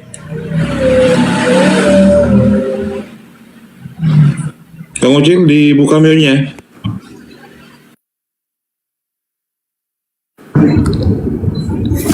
ya. Oh sorry bang. Ya jadi ya, Abang Suma tadi mengatakan bahwa Tuhan Kristen adalah konsep dulu ya, baru Tuhan ya. tadi ya Bang Suma menyampaikan bahwa gitu ya, saya juga dengar ya. Ya, jadi ya menurut sudut pandang kami orang Kristen atau Kristen ini ya sesuai yang tadi dibilang Bapak Pendeta tadi mengenai wahyu ya dari pertama ya, manusia yang pertama Adam ya, yang jatuh ke dalam dosa ya, di situ yang disitulah Allah menjanjikan Mesias yang akan datang ya itu ada di dalam Kejadian 15 Kejadian 3:15 ya. Itu aku akan mengadakan permusuhan antara engkau dan perempuan ini ya, antara keturunanmu dan keturunannya ya, akan meremukkan kepalamu dan engkau akan meremukkan tumitnya ya. Jadi ayat ini berbicara tentang ya kedatangan Mesias ini ya. Jadi Abang Jumba tadi maksudnya kita di sini ya saling menghargai aja apa yang kita ada di dalam bibir kami ya, kita mengutarakan sesuai itu ya. Ya jadi Kristen itu berbicara tentang wahyu ya. Wahyu apa? Ya tentang manusia itu jatuh pertama manusia pertama jatuh ke dalam dosa, yaitu Adam dan Hawa ya. Disitulah Allah menjanjikan Mesias itu yang akan datang itu ya. Yaitu yang kenapa kami orang Kristen meyakini itu, yaitu kedatangan Mesias itu. Jadi bukan Tuhan dulu atau bukan konsep dulu baru Tuhan ya, tapi udah jelaskan itu, udah dibuatkan bahwa anak laki-laki dari seorang perempuan itulah yang akan merebutkan kepala ular itu ya. Jadi di situ kan udah jelas ya.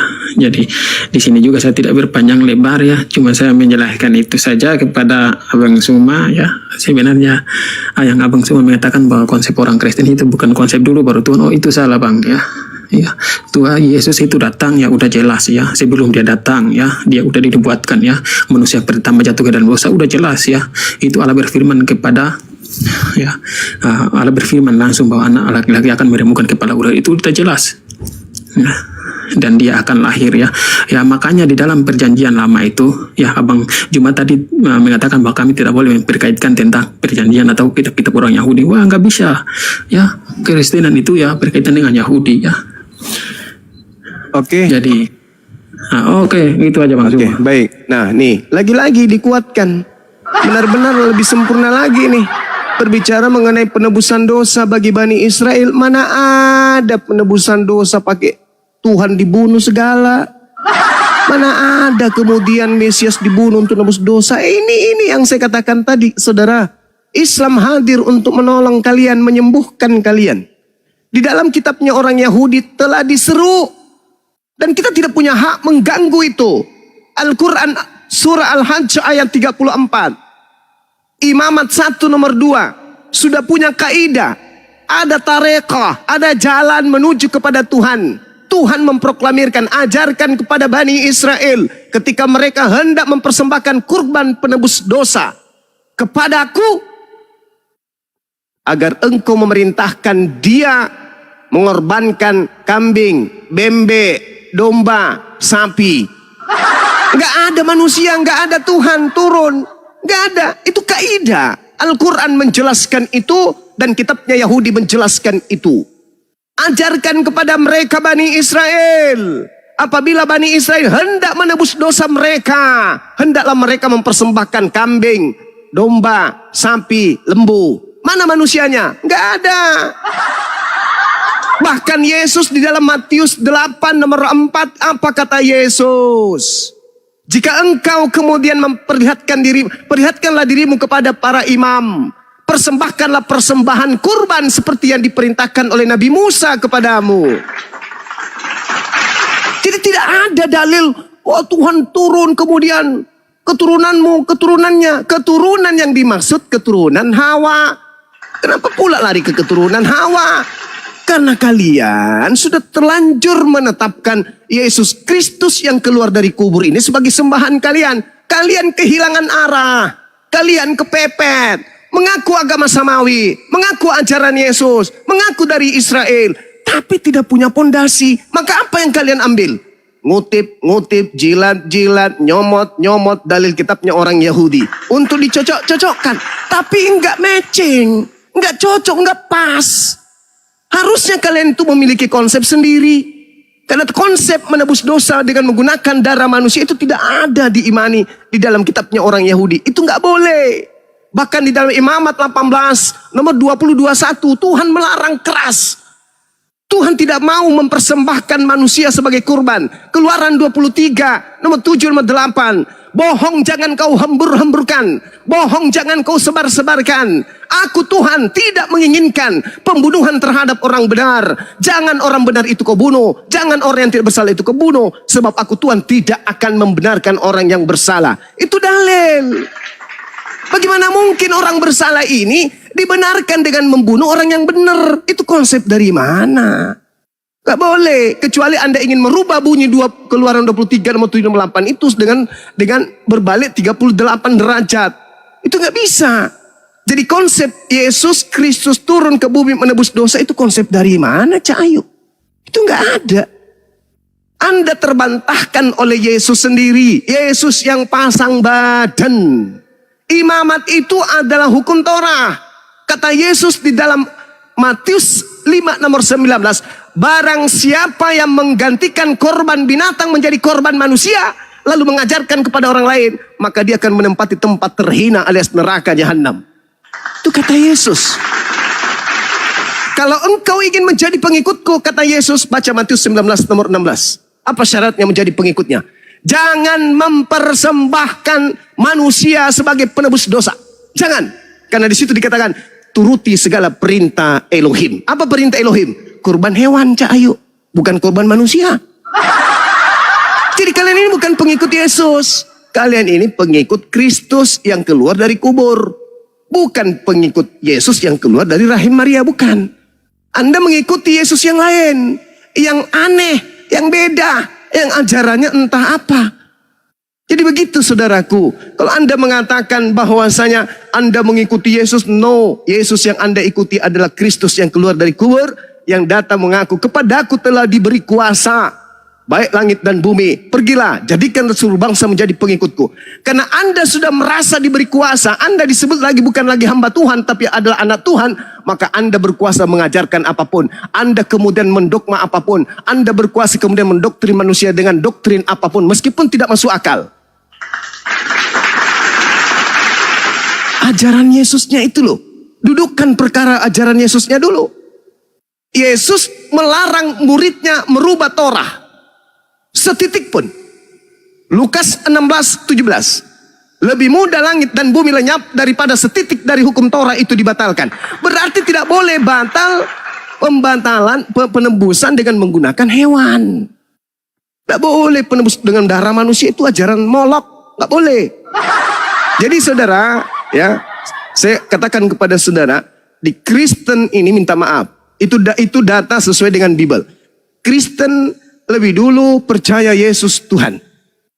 Setelah kemudian mereka menuhankan Yesus, supaya tidak dicibir oleh manusia, maka mereka berupaya semaksimal mungkin mencomot-comot dalil dari agama Yahudi, supaya dianggap benar-benar sembahan mereka yang bernama Kristus Yesus ini sebagai Tuhan.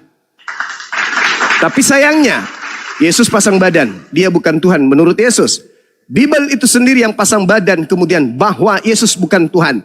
Yesus adalah utusan Tuhan. Yesus menyembah kepada Tuhan dan seterusnya. Jadi tidak ada data kecuali doktrin dan dogma. Kalau seluruh orang cerdas, orang pintar, orang terpelajar yang bisa mengkaji Bible dan Al-Quran sudah pada meninggal di dunia ini, barulah orang Kristen bisa mendogma dan mendoktrin orang dengan seenaknya. Selama orang-orang pintar, orang-orang cerdas, cendekiawan yang belajar tentang Bible, Al-Quran, maka selama itu juga orang Kristen akan keteteran mendoktrin bahwa Yesus Kristus yang keluar dari kubur itu adalah Tuhan yang datang dalam rupa manusia. Itu saudara, sekali lagi, Anda menjadi Kristen karena doktrin dan dogma, bukan karena proses berpikir. Bagaimana caranya Anda menguatkan kemudian alibi keagamaan saudara? Anda harus mengais-ngais kitabnya Yahudi. Tuhan karena keturunannya dan keturunanmu sehingga Yesus turun. Hei, itu tak ada pula, itu nggak ada. Yesus turun hanya dikenal sebagai utusan rasul. Dia hanya rasul Tuhan yang diutus kepada Bani Israel, bukan kepada Kristen, bukan kepada kami umat Islam. Tapi ada satu yang kemudian minta izin kepada Tuhan untuk menyesatkan seluruh manusia, baik Islam maupun Kristen. Siapa itu? Sibilisisis. Coba Anda baca Kejadian 3 nomor 12 yang Anda maksud tadi. Kejadian 3 nomor 12, nomor 15. Anda baca sampai situ. Aku Tuhan akan mengadakan permusuhan antara keturunanmu dan keturunannya. Bukan keturunan Maria, coy. Keturunan Adam, keturunan Hawa. Siapa dia yang meremukkan kemudian iblis? Siapa dia? Para nabi dan pengikutnya. Umat Islam inilah yang meremukkan kemudian kepala setan, yang meremukkan tumit setan. Setan mempersembahkan kemudian penyaliban, sehingga terjadi penyaliban. Apakah kalian kemudian menghancurkan ajaran setan? Enggak, kalian malah beriman. Saya kira begitu, saudaraku. Mohon maaf, saya ada tamu. Silakan dilanjutkan dengan guru-guru saya yang ada di sini. Insya Allah nanti kita lanjut lagi. Ingat ya, saya tidak sedang menggurui, saya hanya mengingatkan. Saya paham betul, saudara Kristen saya baca Bible. Saya paham betul kalian itu adalah orang-orang yang mempelajari Bible. Hanya saja mungkin lebih mengedepankan doktrin dan dogma saja daripada apa yang tertulis dalam ajaran kalian sendiri. Saya Bang Suma izin sejenak untuk menjamu tamu dulu. Silakan. Masya Allah, subhanallah, alhamdulillah, wa la ilaha illallah, Allahu Akbar.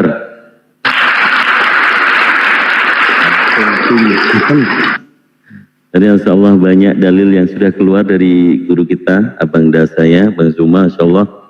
Ini jadi tambahan motivasi dalam berdiskusi ya. Semuanya daging semua yang dikeluarkan bahwa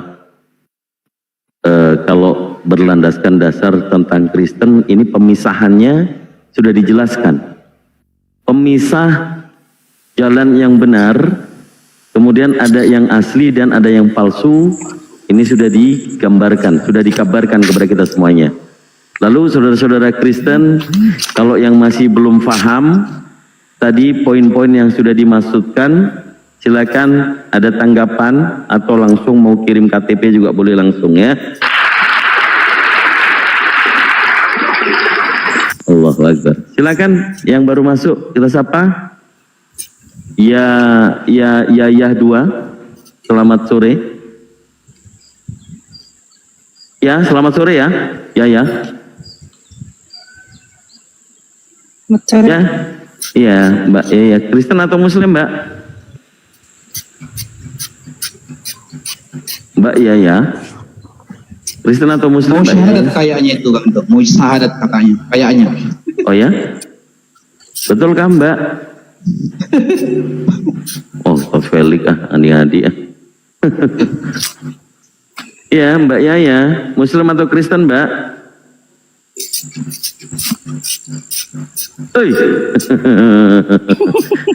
Kaget dia sama. Gimana Mbak Yaya ini?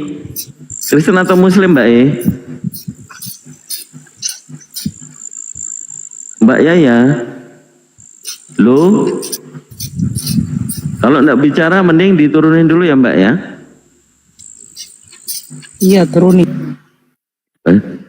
Turun sendiri. Macam mana ini Mbak Yaya ini? Jelas. Ya silakan. Ucil udah turun naik lagi. Ngapain Ucil nggak tega ya? Mau ninggalin Bang Zuma ya?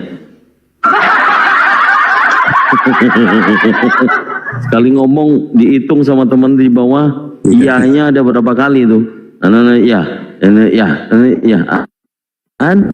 Kali kelihatan nervous. Akan naik ke atas.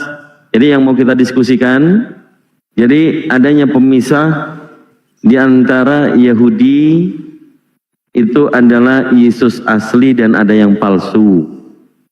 Itu jelas tuh. Kalau ya kalian yakini memang ada yang palsu, sementara kalian bukan orang Yahudi sehingga mengikuti yang asli, hanya diutus untuk Bani Israel, ya ngapain lagi?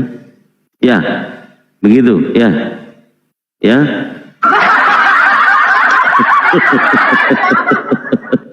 Allah Akbar. Sebenarnya poin-poin demi poin, apalagi Pak Pendeta.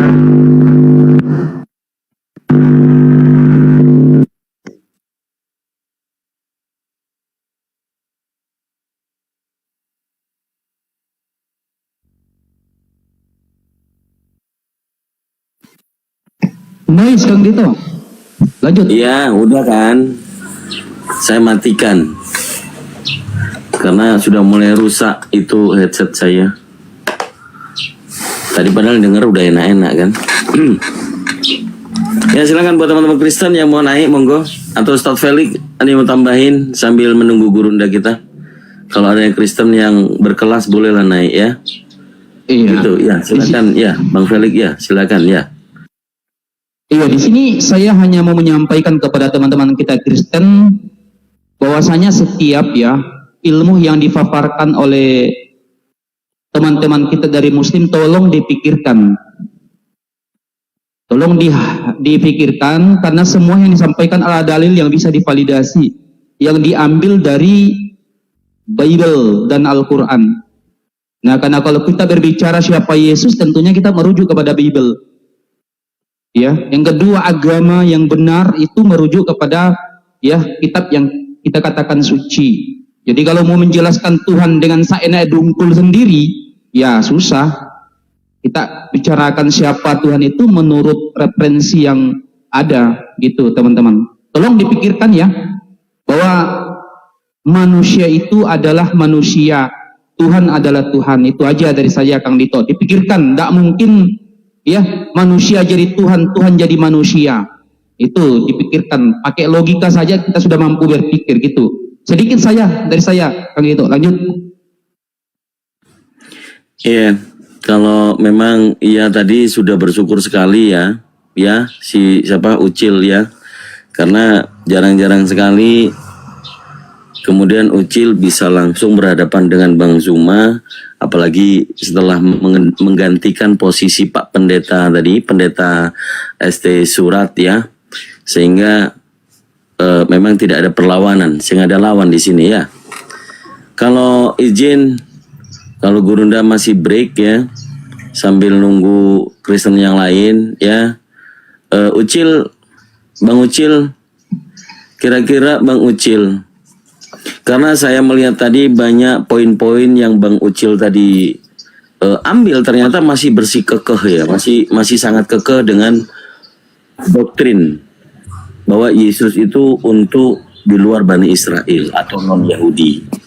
Itu kenapa bisa mengambil poin seperti itu? Padahal sudah dijelaskan Yesus hanya diutus kepada Bani Israel. Silakan.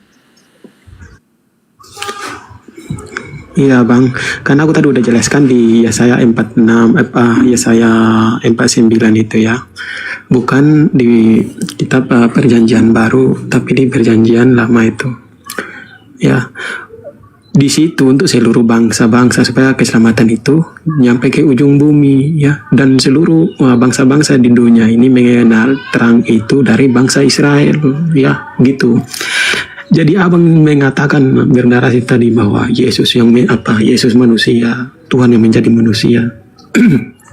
Ya, di sini kita ikutin apa yang menurut sudut pandang abang dan menurut sudut pandang saya, dan saya menjelaskan tentang sudut pandang saya.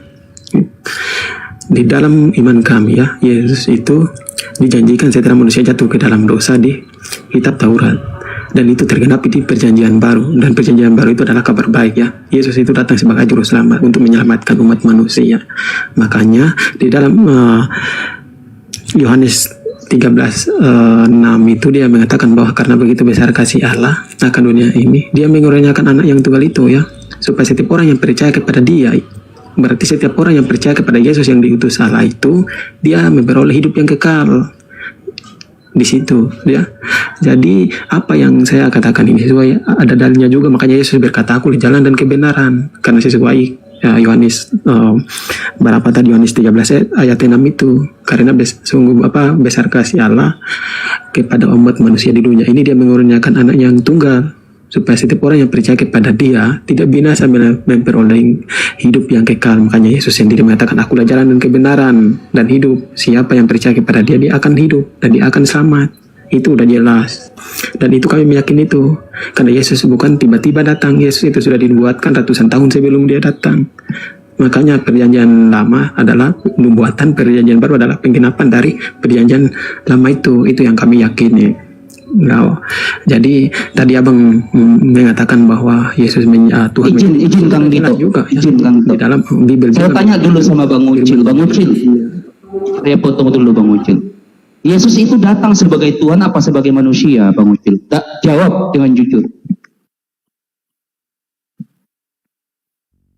Bang Ucil, jawab dengan jujur, Yesus itu datang sebagai Tuhan atau sebagai manusia?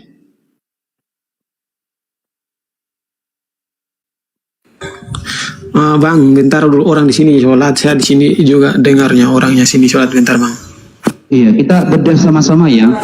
Datang sebagai Tuhan atau manusia? Nah, saya senang Yesus itu bahas ini sebagai manusia. Iya, Yesus datang sebagai manusia, dia menyelamatkan umat manusia. Datang sebagai manusia berarti bukan sebagai Tuhan. Dia Yesus itu adalah penuh manusia, penuh Allah, penuh Tuhan itu, penuhnya Allah, penuh Tuhan Yesus itu. Sepenuhnya Tuhan, sepenuhnya Datang Allah, sebagai manusia atau datang sebagai Tuhan? Jawab aja dengan jujur. Simple question kok pertanyaannya. Iya, karena iya, aku jawab tadi. Begini Bang Ucil, Sabar. Diam dulu supaya kamu paham pertanyaan saya. Kalau dia datang sebagai manusia kan jelas dasarnya dalam 2 Yohanes 1 nomor 7. Barang siapa yang tidak mengaku Yesus datang sebagai manusia, maka dia adalah penyesat antikristus. Itu dalilnya. Kalau dia datang sebagai Tuhan, referensinya mana? Kalau dia datang sepenuhnya Tuhan, sepenuhnya manusia, referensinya di mana? Karena untuk menjelaskan siapa Yesus, tentunya kita merujuk kepada ya referensi, yaitu Bible yang bisa divalidasi. Begitu Bang Ucil, silakan. Kalau dia datang sebagai Tuhan dan manusia, silakan referensinya di mana. Jangan ya menjelaskan sesuatu dengan narasi liar, silakan.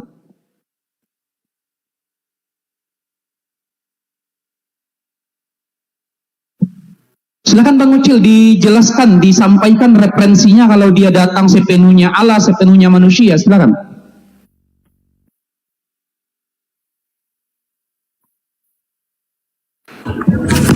Ya, jadi Yesus itu datang sebagai manusia ya.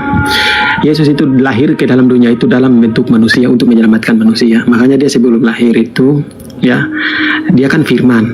Referensinya mana Pak? Referensinya mana?